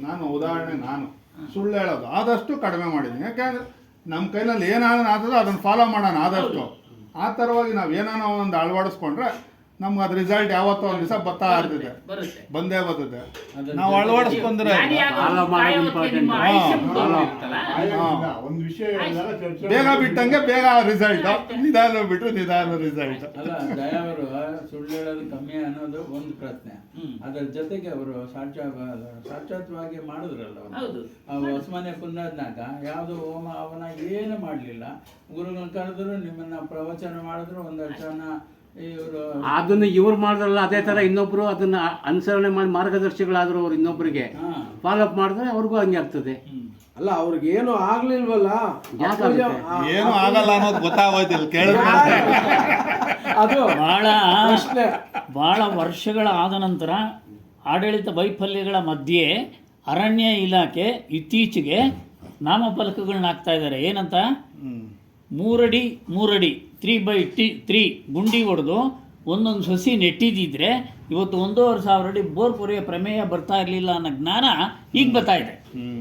ಅಂದರೆ ನೀರಿಗೆ ನೀರು ಅಂತರ್ಜಲಕ್ಕೆ ಆದ್ಮೇಲೆ, ಸಮಸ್ಯೆ ಆದ್ಮೇಲೆ ಆ ಸಮಸ್ಯೆ ಆದಮೇಲೆ ಬುದ್ಧಿ ಬರುತ್ತೆ, ಹೌದು. ಎಲ್ಲರಿಗೂ ಬರಲ್ಲ. ಈಗ ಸಮಸ್ಯೆಗೆ ಬರೋಣ ನಾವು. ಸಮಸ್ಯೆನ ಬಿಡಿಸ್ಕೊಳ್ಳೋಕ್ಕೆ ಏನು ಬವರ್ಜಾಲ್ ಬಗುಜಾಲ್. ಯಾಕೆ ಅವನು ಬಿಡಿಸ್ಕೊಳ್ತಾ ಇಲ್ಲ ಮನುಷ್ಯ ಅಂತಂದ್ರೆ ಅವಿದ್ಯೆ. ಅವಿದ್ಯೆ ಅಂದ್ರೆ ಅಜ್ಞಾನ. ಅಜ್ಞಾನ, ಅವುಗಳ ಬಗ್ಗೆ ತಿಳುವಳಿಕೆ ಇಲ್ಲದೆ ಇರೋದೇ ಅವಿದ್ಯೆ, ಅಜ್ಞಾನ. ಏನ್ ತಿಳುವಳಿಕೆ? ಅವೆಲ್ಲ ಶಾಶ್ವತ ಸುಖ ಕೊಡುತ್ತವ ಇಲ್ವಾ ಅನ್ನೋ ಒಂದು ವಿಚಾರವನ್ನ ತಿಳಿದೇ ಇರೋದೇ ಅವಿದ್ಯೆ, ಅಜ್ಞಾನ. ಅದು ಹೇಳಿದ್ರಲ್ಲ ಅಜ್ಞಾನ. ಆ ಅಜ್ಞಾನ ನಾವು ಬಗೆಹರಿಸ್ಕೊಳ್ಳೋಕೆ ಎಲ್ಲಿಗೆ ಬರಬೇಕು? ಸತ್ಸಂಗದಲ್ಲಿ ಬರಬೇಕು. ಇಂಥ ವಿಚಾರಗಳನ್ನ ತಿಳಿಸಿಕೊಳ್ಳೋ ಸತ್ಸಂಗಕ್ಕೆ ಬರಬೇಕು. ಅದನ್ನೇ ಮಾಡೋ ಅಂತ ಗುರುಗಳ ಹತ್ರ ಹೋದ್ರೆ ನೀವು, ಅವರು ಅದನ್ನೇ ಹೇಳ್ಕೊಡ್ತಾರೆ ನಿಮ್ಗೆ, ಅದನ್ನೇ ಹೇಳ್ಕೊಡ್ತಾರೆ, ಆ ವಿಚಾರಗಳನ್ನೇ ತಿಳಿಸ್ತಾರೆ. ಯಾಕೆ? ಅವ್ರ ಸಂಪ್ರದಾಯ ಬಿಟ್ಕೊಡೋದಿಲ್ಲ, ಅವ್ರ ಪಕ್ಷ ಬಿಟ್ಕೊಡೋದಿಲ್ಲ. ಅಲ್ಲಿ ಹೇಳಿದ್ವಲ್ಲ, ವಿಷ್ಣುವಿನ ಪಕ್ಷದವರು ವಿಷ್ಣುವಿನ ಪಕ್ಷ ಬಿಟ್ಕೊಡಲ್ಲ. ಶೈವರು ಶಿವನ ಪಕ್ಷದವರು ವಿಷ್ಣು ಪಕ್ಷದವರು ಅವರ ಪಕ್ಷ ಬಿಟ್ಕೊಡೋದಿಲ್ಲ. ಅರ್ಥ ಆಯ್ತಾ? ನಮ್ದು ಶ್ರೇಷ್ಠ ನಮ್ದು ಶ್ರೇಷ್ಠ ಅಂತ ಅವರು ಆ ಒಂದು ಇದರಲ್ಲಿ ಇದ್ದಾರೆ. ಶ್ರೇಷ್ಠ ಯಾವುದರಲ್ಲಿ ಇದೆ ಅನ್ನೋದು ಅವರು ತಿಳಿತಾ ಇಲ್ಲ. ಶ್ರೇಷ್ಠ ಯಾವುದು? ನನ್ನ ಸ್ವರೂಪವೇ ಶ್ರೇಷ್ಠ. ಆ ವಿಚಾರವನ್ನ ತಿಳಿದೇ ಇದ್ದ ಕಾರಣ ಅವರೆಲ್ಲ ಅಂತ ಅಜ್ಞಾನದಲ್ಲೇ ಬಿದ್ದಿದ್ದಾರೆ. ಆ ರೀತಿ ಅಜ್ಞಾನದಲ್ಲೇ ಬಿದ್ದಿದ್ದಾರೆ. ಜ್ಞಾನಿ ಆಗ್ಬೇಕು ಅವ್ರು ಹೇಳ್ತಾ ಇದ್ದಾರೆ. ಪ್ರಕೃತಿ ಇರೋವರೆಗೂ ಮಾಡ್ಬೇಕು ಅಂದ್ರೆ ದೇಹ ಆಯುಷ್ಯ ಮುಗಿದೋಯ್ತು, ಅವಾಗ ಎಲ್ಲಿ ತಿಳಿಯೋದವನು? ಬದಲಾವಣೆ ಆಗ್ಬೇಕಲ್ಲ, ಬದಲಾವಣೆ ಆಗೋ ಸ್ಥಳನ ಹುಡುಕ್ಬೇಕಲ್ಲ, ಬದಲಾವಣೆ ಆಗತಕ್ಕಂಥ ಸ್ಥಳನ ಹುಡುಕೊಳ್ಬೇಕಲ್ಲ. ಪ್ರಪಂಚದಲ್ಲಿ ಎಲ್ಲೋ ಕೆಲವು ಸ್ಥಳಗಳು ಇರೋವು, ಇಂತಹ ಸ್ಥಳಗಳು. ಕೆಲವರು ಹುಡುಕಿದ್ರು ಸಿಕ್ಕಲ್ಲ, ಕೆಲವರು ಸಿಗ್ತಾವಲ್ಲ, ಹೆಂಗೆ ಅದು? ಪೂರ್ವ ಜನ್ಮದ ಸಂಸ್ಕಾರ. ಮುಖ್ಯವಾಗಿ ಅಲ್ಲಿಗೆ ಬರಬೇಕು, ಅಲ್ಲಿಗೆ ಬರಬೇಕು, ಬೇರೆ ಆಪ್ಷನ್ ಇಲ್ಲ. ಗೊತ್ತಾಯ್ತಾ? ಅಲ್ಲಿಗೆ ಬರಬೇಕು. ಅದಕ್ಕೊಂದು ಕತೆ ಹೇಳ್ತೀನಿ ನೋಡ್ರಿ. ಯಾರೋ ಒಬ್ಬ ಅದೇ SLC ಓದಿದ್ದವನು ಆತ್ಮಹತ್ಯೆ ಮಾಡ್ಕೊಳಕ್ಕೆ ಹೋದ್ನಂತೆ. ಅದಕ್ಕೆ ಅವ್ನ ಫ್ರೆಂಡ್ ಹತ್ರ ಹೋಗಿ ಎಲ್ಲಿ ಹೋಗ್ತಾ ಇದ್ದೀನಿ, ಆತ್ಮಹತ್ಯೆ ಮಾಡ್ಕೊಳಕ್ಕೆ ಹೋಗ್ತಾ ಇದ್ದಂತೆ. ಆಮೇಲೆ ಅವ್ನು ಕರೆದಂತೆ, ಎಷ್ಟು ಸಬ್ಜೆಕ್ಟ್ ಹೋಗ್ಯವ ನಿಂದು? ಒಂದೇ ಒಂದು ಹೋಗೈತೆ. ಅಯ್ಯೋ ಮಗನೇ, ನೀನು ಇವಾಗಲೇ ನೀನು SLC ಒಂದು ಸಬ್ಜೆಕ್ಟ್ಗೆ ನೀವು ಸತ್ತೋಗ್ಬಿಟ್ರೆ ತಿರ್ಗಿ ಮತ್ತೆ 1ನೇ ಕ್ಲಾಸಿಂದ ಓದ್ಬೇಕಲ್ಲ ನೀನು. ನೆಕ್ಸ್ಟ್ ಜನ್ಮಕ್ಕೆ 1ನೇ ಕ್ಲಾಸಿಂದ ಓದ್ಬೇಕಲ್ಲ, ತಿರ್ಗಿ ಅದೇ ಸ್ಕೂಲು ಅದೇ ಕತೆ. ಹಂಗೆ ತಿರ್ಗಿ ಮತ್ತೆ ಅವ್ನು ಕಂಟಿನ್ಯೂ ಮಾಡಿದಂತೆ. ಹಂಗಾತದ ಕತೆ ಪೂರ್ವ ಜನ್ಮದೇ ಇರಬೇಕು. ನೋಡಿ, ಸಂಸ್ಕಾರ ಅನ್ನೋದಕ್ಕೆ ಹೇಳ್ತೀನಿ ಒಂದು ಉದಾಹರಣೆ. 3ನೇ ಕ್ಲಾಸು ಫೇಲ್ ಆದಂತ ಹುಡುಗ ಇವತ್ತು ಮೆಡಿಕಲ್ ಸ್ಟೋರ್ ನಡೆಸ್ತಾ ಇದ್ದಾನೆ. ಹೇಗೆ? ಹೌದ್ರಿ, ನಡೆಸ್ತಾ ಇದ್ದಾನೆ. ವಾಟ್ಸಪ್ ನಲ್ಲಿ ಬಂದು ಅದಕ್ಕೇನು B ಫಾರ್ಮ್ ಓದ್ಬೇಕು, D ಫಾರ್ಮ್ ಓದ್ಬೇಕು ಅಂತೆಲ್ಲ ಇದೆ, ಸರ್ಟಿಫಿಕೇಟ್ ಇರಬೇಕು. ಅವನು ಪೂರ್ವಜನ್ಮದ ಸಂಸ್ಕಾರ ಏನೋ ಒಂದು ಯುಕ್ತಿ ಮೇಲೆ, ಉಪಾಯದ ಮೇಲೆ ಅದನ್ನು ನಡೆಸ್ತಾ ಇದ್ದಾನೆ. ಇದು ಹಾಗೇನೆ ತಿಳಿಬೇಕು ಅಂದ್ರೆ ಪೂರ್ವಜನ್ಮದ ಸಂಸ್ಕಾರ. ಇವರು ಅದೇ ಅಧ್ಯಾಸಗಳಲ್ಲಿ ಬಿದ್ದಿದ್ರೆ, ಅಪೇಕ್ಷೆ ಪಟ್ಟು ಅದನ್ನ ಮಾಡಿದ್ರೆ ಅದಕ್ಕೆ ಹೋಗ್ತಾರೆ. ಅಪೇಕ್ಷೆ ಇಲ್ಲದೆ, ಸಕಾಮ ಕರ್ಮ, ಯಾವುದೇ ಫಲಾಪೇಕ್ಷೆ ಇಲ್ಲದೆ ನೀವು ಅದನ್ನ ಮಾಡ್ತಾ ಇದ್ರೆ ಒಂದಲ್ಲ ಒಂದು ದಿನ ಮುಂದಿನ ಯಾವುದೋ ಒಂದು ಮನುಷ್ಯ ಜನ್ಮದಲ್ಲಿ ಇದನ್ನು ತಿಳಿಯೋ ಅವಕಾಶ ಸಿಗುತ್ತೆ. ಸತ್ಯ ಜ್ಞಾನವನ್ನ ತಿಳಿಯೋ ಅವಕಾಶ ಸಿಗುತ್ತೆ. ಅಲ್ಲಿವರೆಗೂ ಕಾಯಬೇಕು. ಸುಮೆ, ನಮ್ಮವರು ಒಂದು ಹುಡುಗ, ಅವನು ಈಗ ಒಂದು 19 ವರ್ಷ ಇರ್ಬೋದೇನೋ, ಬುದ್ಧಿ ಮಂದ. ಅವ್ರ ತಂದೆಯವ್ರು ಹಿಡ್ಕೊಂಡು ಬರ್ಬೇಕು ಅವನು. ಅಂಥವನು ಫ್ಲೂಟು ಫಸ್ಟ್ ಕ್ಲಾಸ್ ವಾಯಿಸ್ತಾನೆ, ತಪ್ಲ ವಾಯಿಸ್ತಾನೆ, ಒಳ್ಳೆ ಸಂಸ್ಕೃತವಾಗಿ ಕ್ಲೀನಾಗಿ ಏನು ಯಾವ ಥರ ವಾಯಿಸ್ಬೇಕು ಹಾರ್ಮೋನಿ ವಾಯಿಸ್ತಾನೆ. ಇದೆಲ್ಲ ವಾದ್ಯಗಳು ಅವನಿಗೆ ಕರಗತವಾಗಿದೆ. ಆದರೆ ಅವನು ಬುದ್ಧಿಮಂದ, ಮಾತಾಡಿದ್ದೆ ಮಾತಾಡ್ತಾನೆ, ಹಿಡ್ಕೊಂಬರ್ಬೇಕು ಒಂಥರ ಇದು. ಅಂಥವನು ಆ ಥರ ವಿದ್ಯೆ ಐತೆ ಅವನಿಗೆ. ಅದು ಯಾವ ಥರ ಸುಮ್ಮನೆ? ಅದು ಸಂಸ್ಕಾರ. ಹಿಂದೆ ಆಟೋಮೆಟಿಕ್ ಆಗಿ ಬಂದ್ಬಿಡುತ್ತೆ. ಹಿಂದಿನ ಸಂಸ್ಕಾರ. ಉದಾಹರಣೆಗೆ ಮಹಾಭಾರತದಲ್ಲಿ ಅಭಿಮನ್ಯು ಕಥೆ ಬರುತ್ತೆ. ನಾನು ದ್ರೌಪದಿ ಕಥೆ ಹೇಳಿದ್ದೀನಿ, ಅದು ಅಭಿಮನ್ಯು ಕಥೆ. ಸುಭದ್ರೆ ಗರ್ಭವತಿ ಆಗಿದ್ದಾಗ ಈ ತವ್ರ ಮನೆಗೆ ಹೋಗೋ ಪದ್ಧತಿ ಅಲ್ವಾ, ಎಲ್ಲ ಕತೆ ನಮ್ಮ ಒಂದು ಜಾಗೃತಗೊಳಿಸಕ್ಕೆ ಅಷ್ಟೇ. ನಡೆದಿದ್ಯೋ ಬಿಡಿದ್ಯೋ ಗೊತ್ತಿಲ್ಲ ಸ್ವಾಮಿ, ಪ್ರಶ್ನೆ ಹಾಕ್ಬೇಡಿ. ಆಮೇಲೆ ಅಲ್ಲ, ಇಲ್ಲಿ ನಡೆದಿದ್ಯೋ ಬಿಡ್ತೀವಿ, ನಾನು ಅದೇ ಹೇಳಿದ್ದೆ, 2 ಹೇಳಿದೆ. ನಡೆದಿದ್ಯೋ ಬಿಟ್ಟಿದ್ಯೋ ನಮಗೆ ಗೊತ್ತಿಲ್ಲ, ನಾವು ಕೇಳಿದ್ರೆ ನಿಮ್ಗೆ ಹೇಳ್ತಾ ಇದ್ವಿ. ತವ್ರ ಮನೆಗೆ ಕರ್ಕೊಂಡು ಹೋಗೋ ಪದ್ಧತಿ ಮಹಾಭಾರತದಲ್ಲಿ ಒಂಥರ ತೋರ್ಸೋದ್ರಿ. ಕೃಷ್ಣ ಕರ್ಕೊಂಡು ಹೋಗ್ತಾ ಇರ್ತಾನೆ ತಂಗಿನ. ಮಾರ್ಗ ಮಧ್ಯೆ ಅವಳಿಗೆ ಬೇಸರ ಕಳೀಲಿ ಅಂತ ಈ ಒಂದು ಚಕ್ರವ್ಯೂಹ ಭೇದಿಸೋ ಒಂದು ವಿದ್ಯೆನ ತಿಳಿಸ್ಕೊಡ್ತಾ ಇರ್ತಾನೆ. ಆ ಸುಭದ್ರೆಗೆ ಹಿಂದೆ ಕೂತಿರ್ತಾಳೆ, ಮುಂದೆ ಇವನು ರಥ ಚಾಲನೆ ಮಾಡ್ತಾ ಮಾಡ್ತಾ ಅದನ್ನ ವಿಚಾರವನ್ನ ತಿಳಿಸ್ತಾನೆ, ಯಾವ ರೀತಿ ಬೆದರಿಸ್ಬೇಕು, ಹೆಂಗ್ ಹೋಗ್ಬೇಕು ಅಂತ. ಇವಳು ಕೇಳ್ತಾ ಕೇಳ್ತಾ ನಿದ್ದೆ ಬಂದ್ಬಿಡುತ್ತೆ ಅವಳಿಗೆ, ನಿದ್ದೆ ಬಂದ್ಬಿಡುತ್ತೆ. ನಿದ್ದೆ ಬಂದಾಗ ಏನಾಯ್ತು ಅಂದ್ರೆ ಆ ಗರ್ಭದಲ್ಲಿರೋ ಶಿಶು ಇದನ್ನ ಕೇಳಿಸ್ಕೊಳ್ತು, ಇವಳು ಹೂ ಹೂ ಅಂತ ಇರ್ತಾಳಲ್ಲ, ಇವಳು ನಿಲ್ಲಿಸ್ತಾರೆ ಅದು ಪ್ರಾರಂಭ ಮಾಡ್ಬಿಡುತ್ತಂತೆ, ಹ್ಞೂ ಹ್ಞೂ ಹ್ಞೂ. ವ್ಯತ್ಯಾಸ ಗೊತ್ತಾಯ್ತು ಅವನಿಗೆ, ಏನೋ ಸುಭದ್ರೆ ವಾಯ್ಸ್ಗೂ ವ್ಯತ್ಯಾಸ ಮತ್ತೆ ಆ ಶಿಶುವಿನ ವ್ಯತ್ಯಾಸ ಗೊತ್ತಾಗಿ ತಿರುಗಿ ನೋಡ್ತಾನೆ, ಇವಳು ನಿದ್ದೆ ಹೋಗ್ಬಿಟ್ಟಿರ್ತಾಳೆ. ನಿದ್ದೆ ಹೋಗ್ಬಿಟ್ಟಾಗ ಅಷ್ಟಕ್ಕೆ ನಿಲ್ಲಿಸ್ಬಿಡ್ತಾನೆ, ಏನೋ ಎಷ್ಟು ಹೇಳಿದ್ನೋ ಅಷ್ಟಕ್ಕೇನೆ, ವಾಪಸ್ ಬರೋದು ಹೇಳಿರೋದಿಲ್ಲ ಅವನು, ಚಕ್ರವ್ಯೂಹನ ಬೇಯಿಸಿ ವಾಪಸ್ ಬರೋದು ಮನ್ವೆ ಆಗೋಯ್ತು. ಅಷ್ಟಕ್ಕೆ ನಿಲ್ಲಿಸಿದಾಗ ನೋಡಿ ಅವನ ಅಭಿಮನ್ಯು ಅವನ ಜೀವನದಲ್ಲಿ ಯುದ್ಧದ ಸಮಯದಲ್ಲಿ ಪ್ರವೇಶ ಮಾಡೋದು ಕಲ್ತಿದ್ದ, ಯಾರನ್ನ ಹೊಡೆದಿ ಮುಂದಕ್ಕೆ ಹೋಗ್ಬೇಕು ಅನ್ನೋದು, ವಾಪಸ್ ಬರೋ ಯುಕ್ತಿನ ಕಲ್ತಿಲ್ಲ. ಹಾಗಾಗಿ ಅವನು ಅಲ್ಲೇ ಮಧ್ಯದಲ್ಲೇ ಪ್ರಾಣ ಬಿಟ್ಟ. ನೋಡಿ ಅದು ಸಂಸ್ಕಾರ.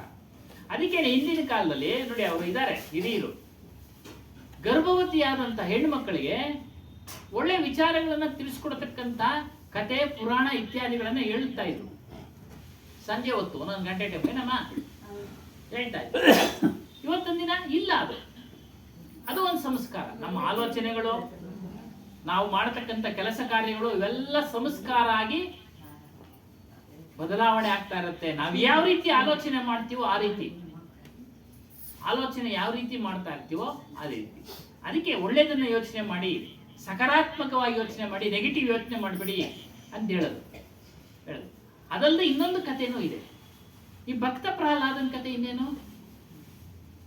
ಆತನಿಗೂ ಅಷ್ಟೇ ಗರ್ಭದಲ್ಲಿರುವಾಗೆ ನಾರಾಯಣ, ಆ ಭಕ್ತ ಪ್ರಹ್ಲಾದ ನಾರದ ಅವನಿಗೆ ಆ ನಾರಾಯಣನ ಜೀವನ ಚರಿತ್ರೆ ಹೇಳ್ತಾನೆ. ಹರಿ ಅಂದ್ರೆ ನಾರಾಯಣನ ಜೀವನ ಚರಿತ್ರೆ ಹೇಳಿದಾಗ ಅವನು ಅದಕ್ಕೆ ಹುಟ್ಟಿದ ಮೇಲೆ ಆತನ ಮೇಲೆ ಭಕ್ತಿ. ಎಷ್ಟು ಹೇಳಿದ್ರು ಬಿಡೋದಿಲ್ವೇ, ಅವ್ರ ಅಪ್ಪ ವಿಷ ಕೊಟ್ರು ಕುಡಿತಾನೆ, ಬೆಂಕಿಗೆ ಹಾಕಿದ್ರು ಬೆಂಕಿಗಾದ್ರೂ ರೆಡಿ ಅಂತಾನೆ ಧೈರ್ಯ.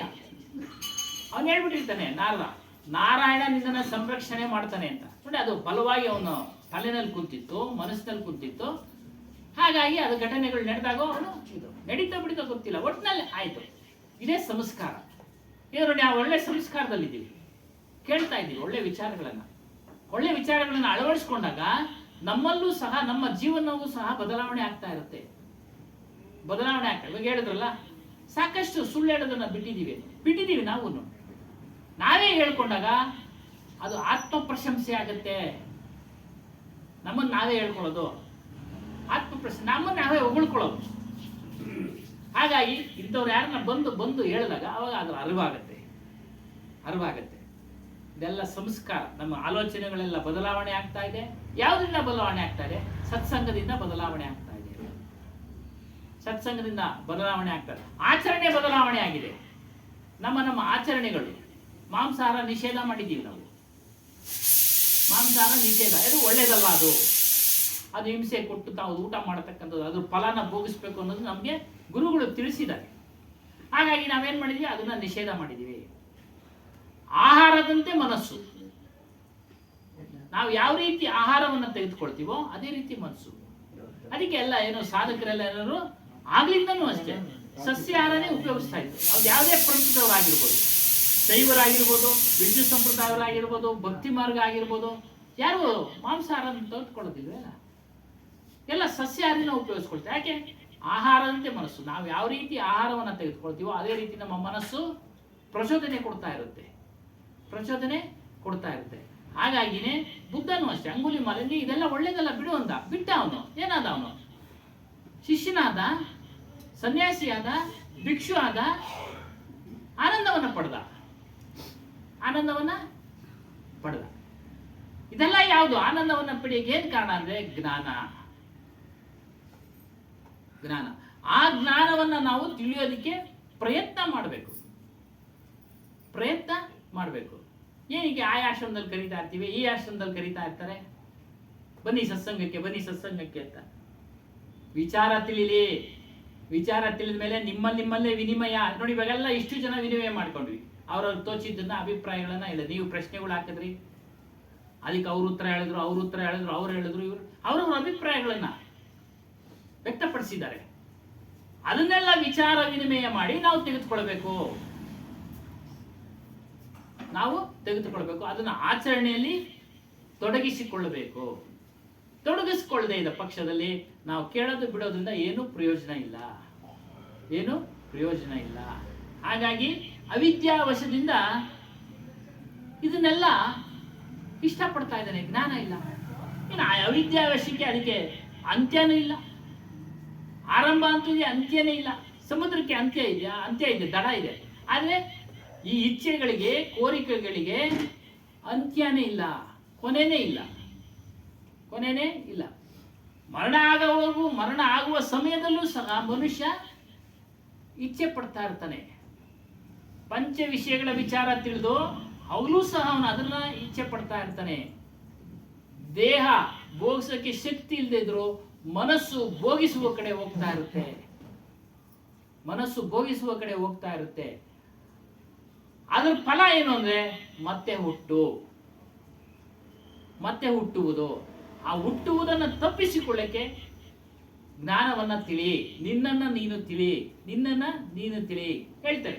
ದುಃಖ ಕಾ ಮರ್ಮನ ಕಾಹು ಪಾಯ ಬಹುತ್ ಬಾಂತಿ ಕೆ ಜಗ ಬರಮಾಯ. ಸದ್ಗುರು ಕಬೀರ್ ಸಾಹೇಬ್ ಹೇಳ್ತಾರೆ, ಈ ದುಃಖದ ವಿಚಾರ ಗೊತ್ತಿಲ್ಲ, ಬೇರೆ ನಹಿ ಜಾನಪಾತ. ದುಃಖದ ವಿಚಾರ ಗೊತ್ತಿಲ್ಲ. ಸುಖವನ್ನ ಅಪೇಕ್ಷೆ ಪಟ್ಟ, ಸುಖವನ್ನ ಇಷ್ಟಪಟ್ಟ, ಅದ್ರ ಜೊತೆಯಲ್ಲಿ ದುಃಖನೂ ಸಹ ಬಂದ್ಬಿಡ್ತು. ಅದ್ರ ಜೊತೆಯಲ್ಲಿ ದುಃಖನೂ ಸಹ ಬಂದ್ಬಿಡುತ್ತೆ. ಇಲ್ಲಿ ಒಂದು ಉದಾಹರಣೆ ಹೇಳ್ತಾರೆ. ಮನುಷ್ಯ ಒಬ್ಬ ಆಸೆ ಪಟ್ಟ, ಏನೋ ನಾನು ಪೂರ್ಣವಾಗಿ ಸುಖವಾಗಿರ್ಬೇಕು. ಪೂರ್ಣವಾಗಿ ಸುಖವಾಗಿರೋಕೆ ಏನ್ ಬೇಕು ಅವನಿಗೆ? ಹಣ ಬೇಕು, ಮನೆ ಬೇಕು, ಪತ್ನಿ ಬೇಕು, ಮಕ್ಕಳು ಬೇಕು. ಸಮಾಜ ನೋಡ್ದ, ಅದೇ ರೀತಿ ಇರೋರನ್ನ, ಸಂತೋಷವಾಗಿರೋರನ್ನ ನೋಡ್ದ.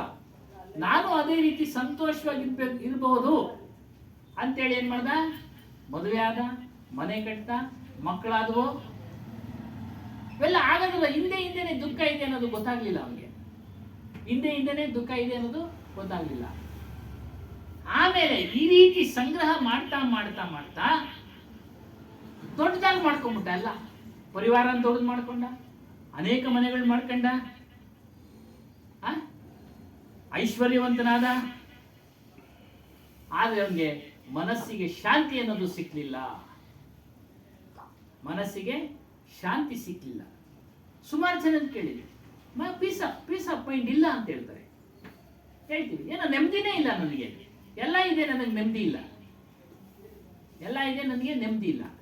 ನೆಮ್ಮದಿ ಅವುಗಳಿಂದ ಸಿಗೋದಿಲ್ಲ ಅನ್ನೋದು ಅವನಿಗೆ ಗೊತ್ತಿಲ್ಲ. ಅವುಗಳಿಂದ ನೆಮ್ಮದಿ ಸಿಗೋದಿಲ್ಲ. ಸಿಕ್ಕಿದ್ರು ಸಹ ತಾತ್ಕಾಲಿಕ ಅನ್ನೋದು ಅವನಿಗೆ ಗೊತ್ತಿಲ್ಲ. ಆ ವಿಚಾರ ಗೊತ್ತಾಗ್ಬೇಕಾದ್ರೆ ಅವನು ಸತ್ಸಂಗಕ್ಕೆ ಬರಬೇಕು. ಸತ್ಸಂಗಕ್ಕೆ ಬಂದಾಗ ಸತ್ಯ ಏನು ಅಂತ ಅರಿವಾಗ್ತಾ ಅವಳ ಮೇಲೆ ಮೋಹ ಇಟ್ಟಿದ್ನಲ್ಲ, ಕಾಮಿನಿ, ಕಾಂಚನ, ಇವುಗಳೆಲ್ಲ ಮೋಹ ಇಟ್ಟಿದ್ನಲ್ಲ. ಕಾಂಚನ ಅಂದ್ರೆ ಹಣ, ಐಶ್ವರ್ಯ. ಕಾಮಿನಿ ಅಂದ್ರೆ ಹೆಣ್ಣು ಅಲ್ವಾ? ಈ ಪರಿವಾರ, ಪ್ರಾಣಿ ಪದಾರ್ಥಗಳಲ್ಲಿ ಮೋಹ ಇಟ್ಟಿದ್ನಲ್ಲ, ಅದನ್ನೇನ್ ಮಾಡ್ತಾನೆ? ಕಡಿಮೆ ಮಾಡ್ಕೊಳ್ತಾನೆ. ಇದು ನಮ್ಮನ್ನ ಕಾಯೋದಿಲ್ಲ ಅಂತ, ಇದು ನಮ್ಮ ರಕ್ಷಣೆ ಮಾಡೋದಿಲ್ಲ, ಹುಟ್ಟು ಸಾವು ಬಂಧನದಿಂದ ಬಿಡುಗಡೆ ಮಾಡೋದಿಲ್ಲ. ಅದನ್ನ ತಿಳಿದಾಗ ಅವನೇನ್ ಮಾಡ್ತಾನೆ? ಈ ಕಡೆ ಇಚ್ಛೆ ಪಡ್ತಾನೆ, ಇದನ್ನ ಬರೋದಕ್ಕೆ, ಇದನ್ನ ತಿಳಿಯೋದಕ್ಕೆ. ಇರಪ್ಪ, ಇವ್ನು ಎಲ್ಲಾ ವಿಚಾರ ಹೇಳ್ತಾ ಇರ್ತಾರೆ. ಏನೋ ಬೇರೆ ಕಡೆ ಎಲ್ಲ, ನೀನು ಮುಂದಿನ ಜನ್ಮದಲ್ಲಿ ಆಗುತ್ತೀಯಾ, ಹೀಗಾಗುತ್ತೀಯಾ, ಆಗ ಈ ಪೂಜೆ ಪುನಸ್ಕಾರಗಳು ಮಾಡೋ, ಮುಂದಿನ ಜನ್ಮದಲ್ಲೂ ನೀನು ಸಹ ಶ್ರೀಮಂತನಾಗುತ್ತೀಯ ಅಂತ. ಅದ್ರ ಬಗ್ಗೆನೂ ತಿಳಿದಾಗ ಅವನೇನ್ ಮಾಡ್ತಾನೆ? ಅವುಗಳ ಕಡೆ ಗಮನನು ಕಡಿಮೆ ಮಾಡ್ತಾನೆ. ನೋಡಪ್ಪ, ಇಲ್ಲಿ ಸತ್ಯ ಇದೆ, ಇಲ್ಲಿ ಸತ್ಯ ಹೇಳ್ತಾ ಇದ್ದಾರೆ. ಸತ್ಯ ಉಪನಿಷತ್ತುಗಳಲ್ಲಿ ತಿಳಿಸಿದೆ. ಏನೋ ನಾವೇನೇನು ಇಚ್ಛೆ ಪಟ್ಟು ಏನೇನು ಕರ್ಮಗಳನ್ನ ಮಾಡ್ತೀವೋ, ಕೆಲಸ ಕಾರ್ಯಗಳನ್ನು, ಪೂಜೆ ಪುನಸ್ಕಾರಗಳನ್ನ ಮಾಡ್ತೀವೋ, ಅದಕ್ಕೆ ತಕ್ಕಂಗೆ ಫಲ ಭೋಗಿಸೋದಕ್ಕೆ ನಮಗೆ ಇನ್ನೊಂದು ದೇಹ ಬಂದೇ ಬರುತ್ತೆ. ನೋಡಿ, ಈ ವಿಚಾರ ಅವನಿಗೆ ಅರಿವಾದಾಗ ಅವ ಏನ್ ಮಾಡ್ತಾನೆ? ಅವುಗಳನ್ನೆಲ್ಲ ನಿಯಂತ್ರಣ ಮಾಡ್ತಾನೆ. ನಾವೆಲ್ಲ ಮಾಡ್ತಾ ಇದ್ದೀವ, ಇವರೆಲ್ಲ ಮಾಡ್ತಾ ಇದಾರ. ಈಗ ಉದಾಹರಣೆ ಕೊಟ್ಟಲ್ಲ, ಗೃಹಪ್ರವೇಶ ಮಾಡಿದ್ರ? ಇಲ್ಲ, ಮಾಡ್ಲಿಲ್ಲ. ಹಾಗಾಗಿ ಆ ರೀತಿ ಜ್ಞಾನ. ಮನಸ್ಸು ಯಾಕೆ ಅಶಾಂತ ಆಗಿದೆ ಇಷ್ಟೆಲ್ಲ ಗಳಿಸಿದ ಮೇಲೂ? ಉತ್ತರ ಅವನಿಗೆ ಗೊತ್ತಾಗಲ್ಲ, ತಿಳಿಸಿದ್ರು ಅರ್ಥ ಆಗಲ್ಲ. ಪದೇ ಪದೇ ಪ್ರಯತ್ನ ಮಾಡಬೇಕು, ಪದೇ ಪದೇ ಪ್ರಯತ್ನ ಮಾಡಬೇಕು. ಈ ಅಶಾಂತಿ ಅನ್ನೋದೇ ದೊಡ್ಡ ದುಃಖ ಸ್ವಾಮಿ. ಮನಸ್ಸು ಅಶಾಂತಿ ಅನ್ನೋದೇ ದೊಡ್ಡ ದುಃಖ. ಕಾರಣ ಏನು ಅಶಾಂತಿ ಆಗಕ್ಕೆ? ಅವನಿಗೆ ಭಯ. ಭಯ ಏನೋ ಬೇರೆಯವ್ರನ್ನೆಲ್ಲ ನೋಡ್ತಾ ಇರ್ತಾನೆ, ದಿಢೀರ್ ಅಂತ ಮೇಲಕ್ಕೆ ಹೋಗೋದ್ರನ್ನ. ಏನ್ ಸ್ವಾಮಿ, ದಿಢೀರ್ ವಯಸ್ಸಿನಲ್ಲೇ ಹೋಗ್ತಾ ಇರ್ತಾರೆ. ಇದನ್ನೆಲ್ಲ ನೋಡಿ ಅವನಿಗೆ ಭಯ ಆಗತ್ತೆ. ಏನು, ನಾನು ಒಂದಿನ ಹೀಗೆ ಹೋಗ್ಬೇಕಲ್ಲ, ಆ ಭಯ ತುಂಬಿರೋದ್ರಿಂದ ಅವನಿಗೆ ಅಶಾಂತಿ, ಶಾಂತವಾಗಿಲ್ಲ ಮನಸ್ಸು. ಆ ಭಯನ ನಿವಾರಣೆ ಮಾಡ್ಕೊಳ್ಳೋದಿಕ್ಕೆ ಅವನು ಇಂಥ ಸತ್ಸಂಗ ಕೇಳ್ತಾ ಇದ್ದಾಗ ಅದರ ಭಯ ಹೊರಟು ಹೋಗುತ್ತೆ, ನಿರ್ಭಯನಾಗ್ತಾನೆ.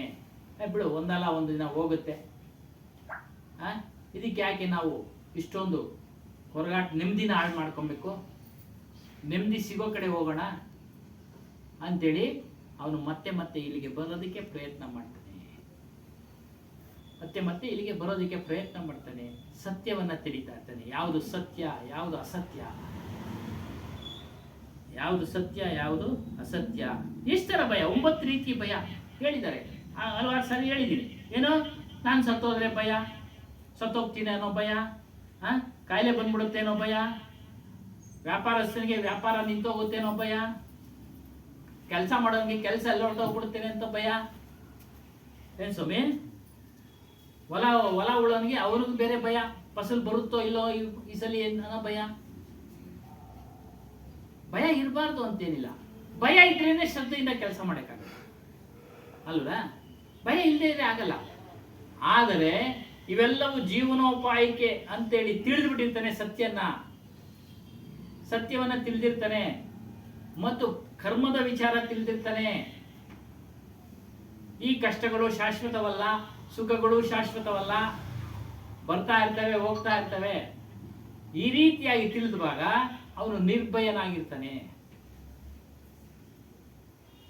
ನಮ್ಗೇನು ಭಯ ಇಲ್ವಾ? ಶುಗರ್ ಜಾಸ್ತಿ ಆಗ್ಬಿಡುತ್ತೆ ಅಂತ ಭಯ, ನಿಯಂತ್ರಣದಲ್ಲಿರ್ತೀವಿ. ಎಲ್ರಿಗೂ ಇರುತ್ತೆ.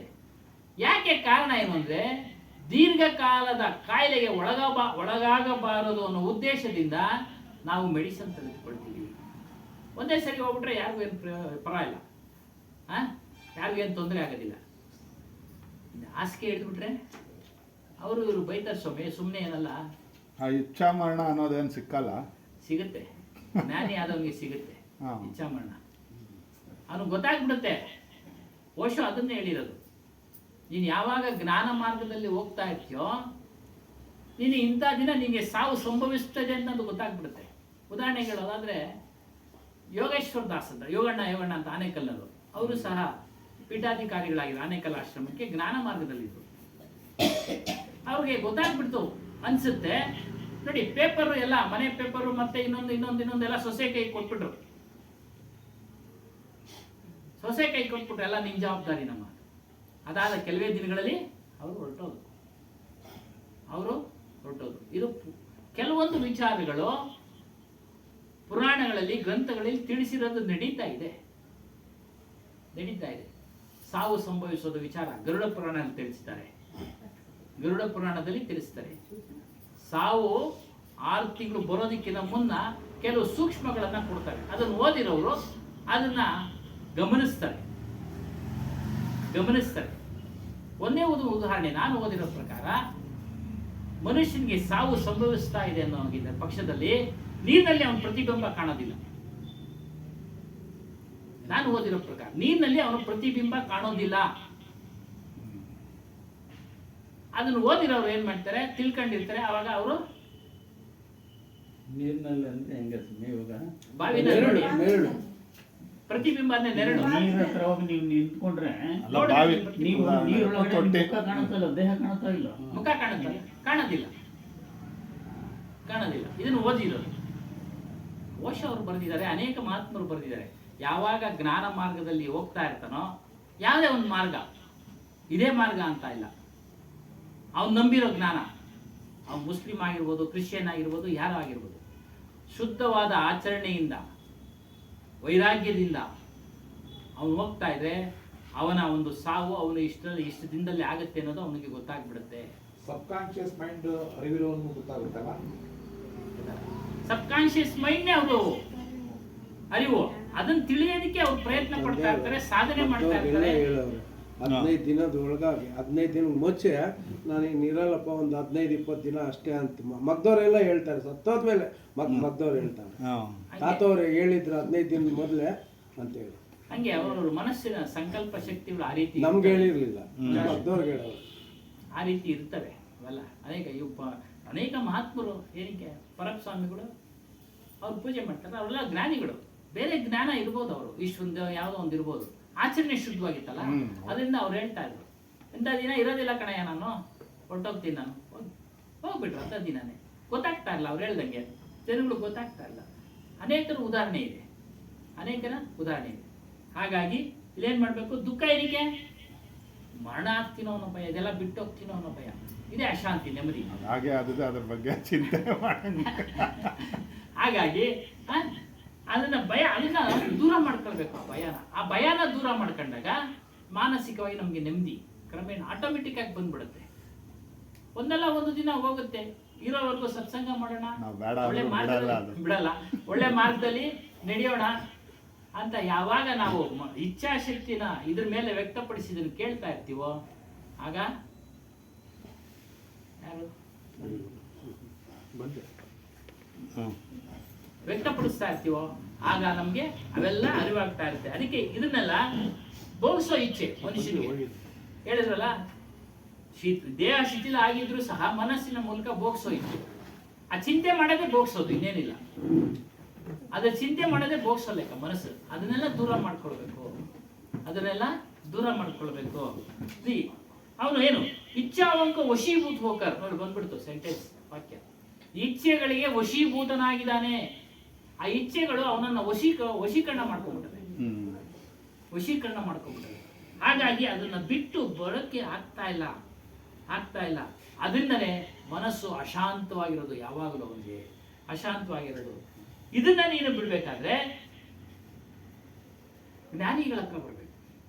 ಪಾಪ ಹೇಳ್ತಾರೆ, ದುಃಖ का रहस्य कोई अबोधी जीव नहीं जान सकता. ಏನು ದುಃಖದ ವಿಚಾರವನ್ನ ಅಬೋಧ ಅಂದ್ರೆ ತಿಳುವಳಿಕೆ ಇಲ್ಲದ ಮನುಷ್ಯ, ಅವನಿಗೆ ಗೊತ್ತಾಗ್ತಾ ಇಲ್ಲ ದುಃಖದ ರಹಸ್ಯ. ಅವನಿಗೇನು ಈ ಪ್ರಾಣಿ ಪದಾರ್ಥಗಳಿಂದ ಸುಖ ಸಿಗ್ತಾ ಇದೆ, ನನಗೆ ಸುಖ ಸಿಗುತ್ತೆ, ಎಲ್ಲರೂ ಅನುಭವಿಸ್ತಾ ಇದ್ದಾರೆ ಅಂತೇಳಿ ಅವನು ಏನ್ ಮಾಡ್ತಾನೆ, ಅದ್ರ ಕಡೆ ಗಮನ ಕೊಡ್ತಾನೆ. ಅದ್ರ ಹಿಂದೆ ದುಃಖ ಇದೆ ಅನ್ನೋದು ಅವನಿಗೆ ಗೊತ್ತಿಲ್ಲ. ಅದರಿಂದ ಇದನ್ನೆಲ್ಲ ತಿಳಿರಿ. ಇದನ್ನೆಲ್ಲ ತಿಳಿದಾಗ ಮಾತ್ರ ನೀವು ಈ ಬವರ್ಜಾಲ್ ಬಗುಜಾಲ್ ಇವುಗಳಿಂದ ಬಿಡುಗಡೆ ಮಾಡ್ಕೊಳ್ಳಿಕ್ಕೆ ಸಾಧ್ಯ. ಯಾವ ತಿಳಿಯೋದು ನಾವು ಆತ್ಮಾರಾಮನನ್ನ ತಿಳಿರಿ. ನಾವೇನ್ ಮಾಡ್ತಾ ಇದೀವಿ, ಹೊರಗಡೆ ಹುಡುಕ್ತಾ ಇದೀವಿ. ಫಿರೇ ಢೂಂಢತಾ ರಾಮಕೋ ಮೂರ್ಖೋ ಚಾರೋ ಧಾಮ್ ಘಟ ಮೇ ಬೈಠಾ ರಾಮ್. 4 ದಿಕ್ಕಿನಲ್ಲಿ ರಾಮನನ್ನ ಹುಡುಕ್ತಾ ಇದ್ದಾರೆ ಜನ. ಹಂಗೆಲ್ಲ ಹುಡುಕರು ಮೂರ್ಖರು ಅಂದ್ರೆ ಬುದ್ಧಿ ಇಲ್ಲದವರು ಅಂತ. ಬುದ್ಧಿ ಇಲ್ಲ. ಮತ್ತೆ ಎಲ್ಲಿದ್ದಾನೆ? ಎಲ್ಲರಲ್ಲೂ ಇದ್ದಾನೆ, ವಾಸ ಮಾಡ್ತಾ ಇದ್ದಾನೆ ಆತ್ಮ ಎಂಬತಕ್ಕಂಥ ರಾಮನು.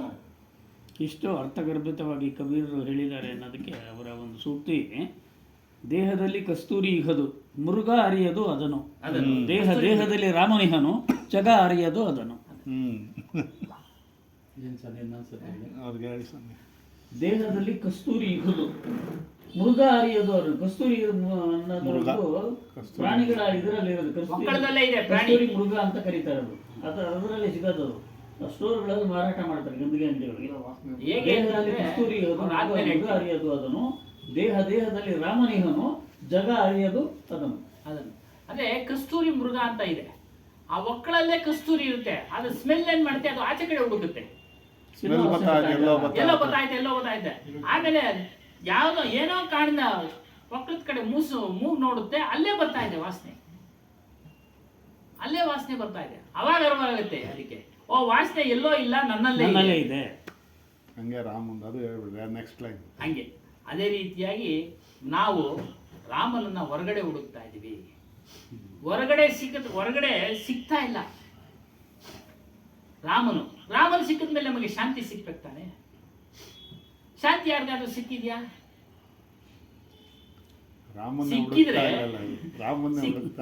ಸಿಕ್ಕಿದ್ರೆ ತಾತ್ಕಾಲಿಕ ಶಾಂತಿ ಅಷ್ಟೇ. ಆ ಪೂಜೆ ಮಾಡೋದ್ರಿಂದ, ಅದರಲ್ಲಿ ಭಾಗವಹಿಸೋದ್ರಿಂದ ಒಂದು ಖುಷಿ ಕೊಡುತ್ತೆ, ಸಾಧಾರಣವಾದ ಖುಷಿ ಕೊಡುತ್ತೆ.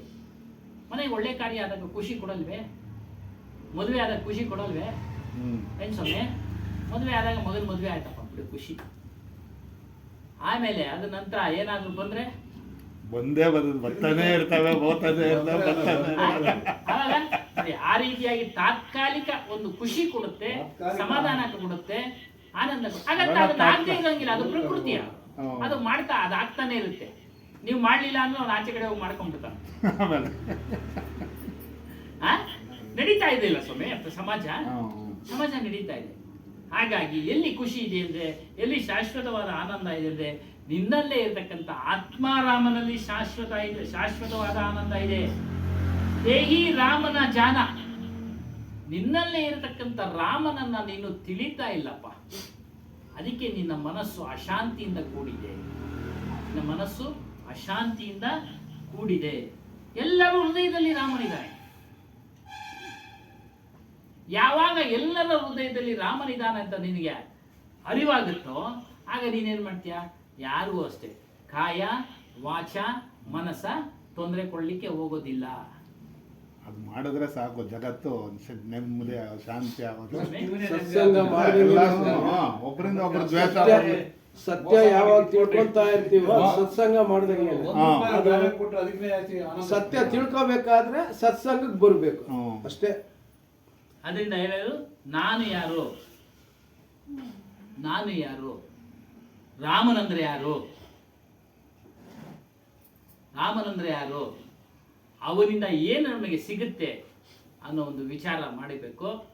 ವಿಚಾರ ಮಾಡಿದಾಗ, ಸತ್ಸಂಗದಲ್ಲಿ ಅದನ್ನು ತಿಳಿದಾಗ ನಮಗೆ ಮನಸ್ಸು ನೆಮ್ಮದಿ ಕೊಡುತ್ತೆ, ಶಾಂತಿ ಕೊಡುತ್ತೆ, ನಾವು ಸಹ ಆನಂದವಾಗಿರ್ತೀವಿ. ಅವ್ರು ಹೇಳ್ದಂಗೆ ಮೊದಲು ಇವನು ಆನಂದ ಪಡ್ಕೊಳ್ತಾನೆ, ಆಮೇಲೆ ಬೇರೆಯವರಿಗೆ ಅದನ್ನು ಹಂಚ್ತಾನೆ.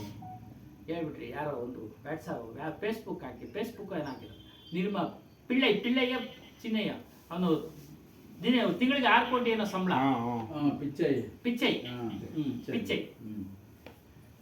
ಅವನು 6 ಕೋಟಿ ತಗೊಂತಾನೆ ಅಂತ ನಾವು ಅದನ್ನೇ ಓಡಕ್ ಹೋದ್ರೆ ಆಗತ್ತ? ನಮ್ಗೆ ಆ ಸಂಸ್ಕಾರ ಇಲ್ಲ. ದಿನಕ್ಕೆ 6 ಕೋಟಿ 40 ದಿನಕ್ಕೆ ಸಂಬಳ, ಹಂಗೆ ವರ್ಷಕ್ಕಲ್ಲ, ದಿನಕ್ಕೆ. ಅವ್ನು ಕೇಳಿ ನೆಮ್ಮದಿ ಏನು ಅಂತ ಎಷ್ಟು ಟೆನ್ಷನ್ ಇರ್ತಾರೆ ಅಂದ್ರೆ ನಿದ್ದೆ ಬರಲ್ಲ. ಕಂಬಳಿ ಆಸ್ತಿ ಮಿಕ್ಕಿದ್ದೆಲ್ಲ ಜಾಸ್ತಿ. ಇಲ್ಲಿ ಬಿಟ್ಟೋಗೋದೇ ಅದು. ಆ ಜ್ಞಾನ ಬರ್ಬೇಕಷ್ಟೇ. ಬಿಟ್ಟು ಹೋಗ್ತೀವಿ ಇದು ಗ್ಯಾರಂಟಿ ಅಂತ. ಏನಕ್ಕೆ ಬಿಟ್ಟೋಗೋ ಆಸ್ತಿ ಕಡೆ ಸಂಪಾದನೆ ಮಾಡ್ಕೊಂಡು ಬಿಜಿ. ಕಬೀರ್ ಸಾಹೇಬ್ ಹೇಳ್ತಾರೆ, ಅದೆಲ್ಲ ನಿಮ್ಗಾಗ್ಲಿ.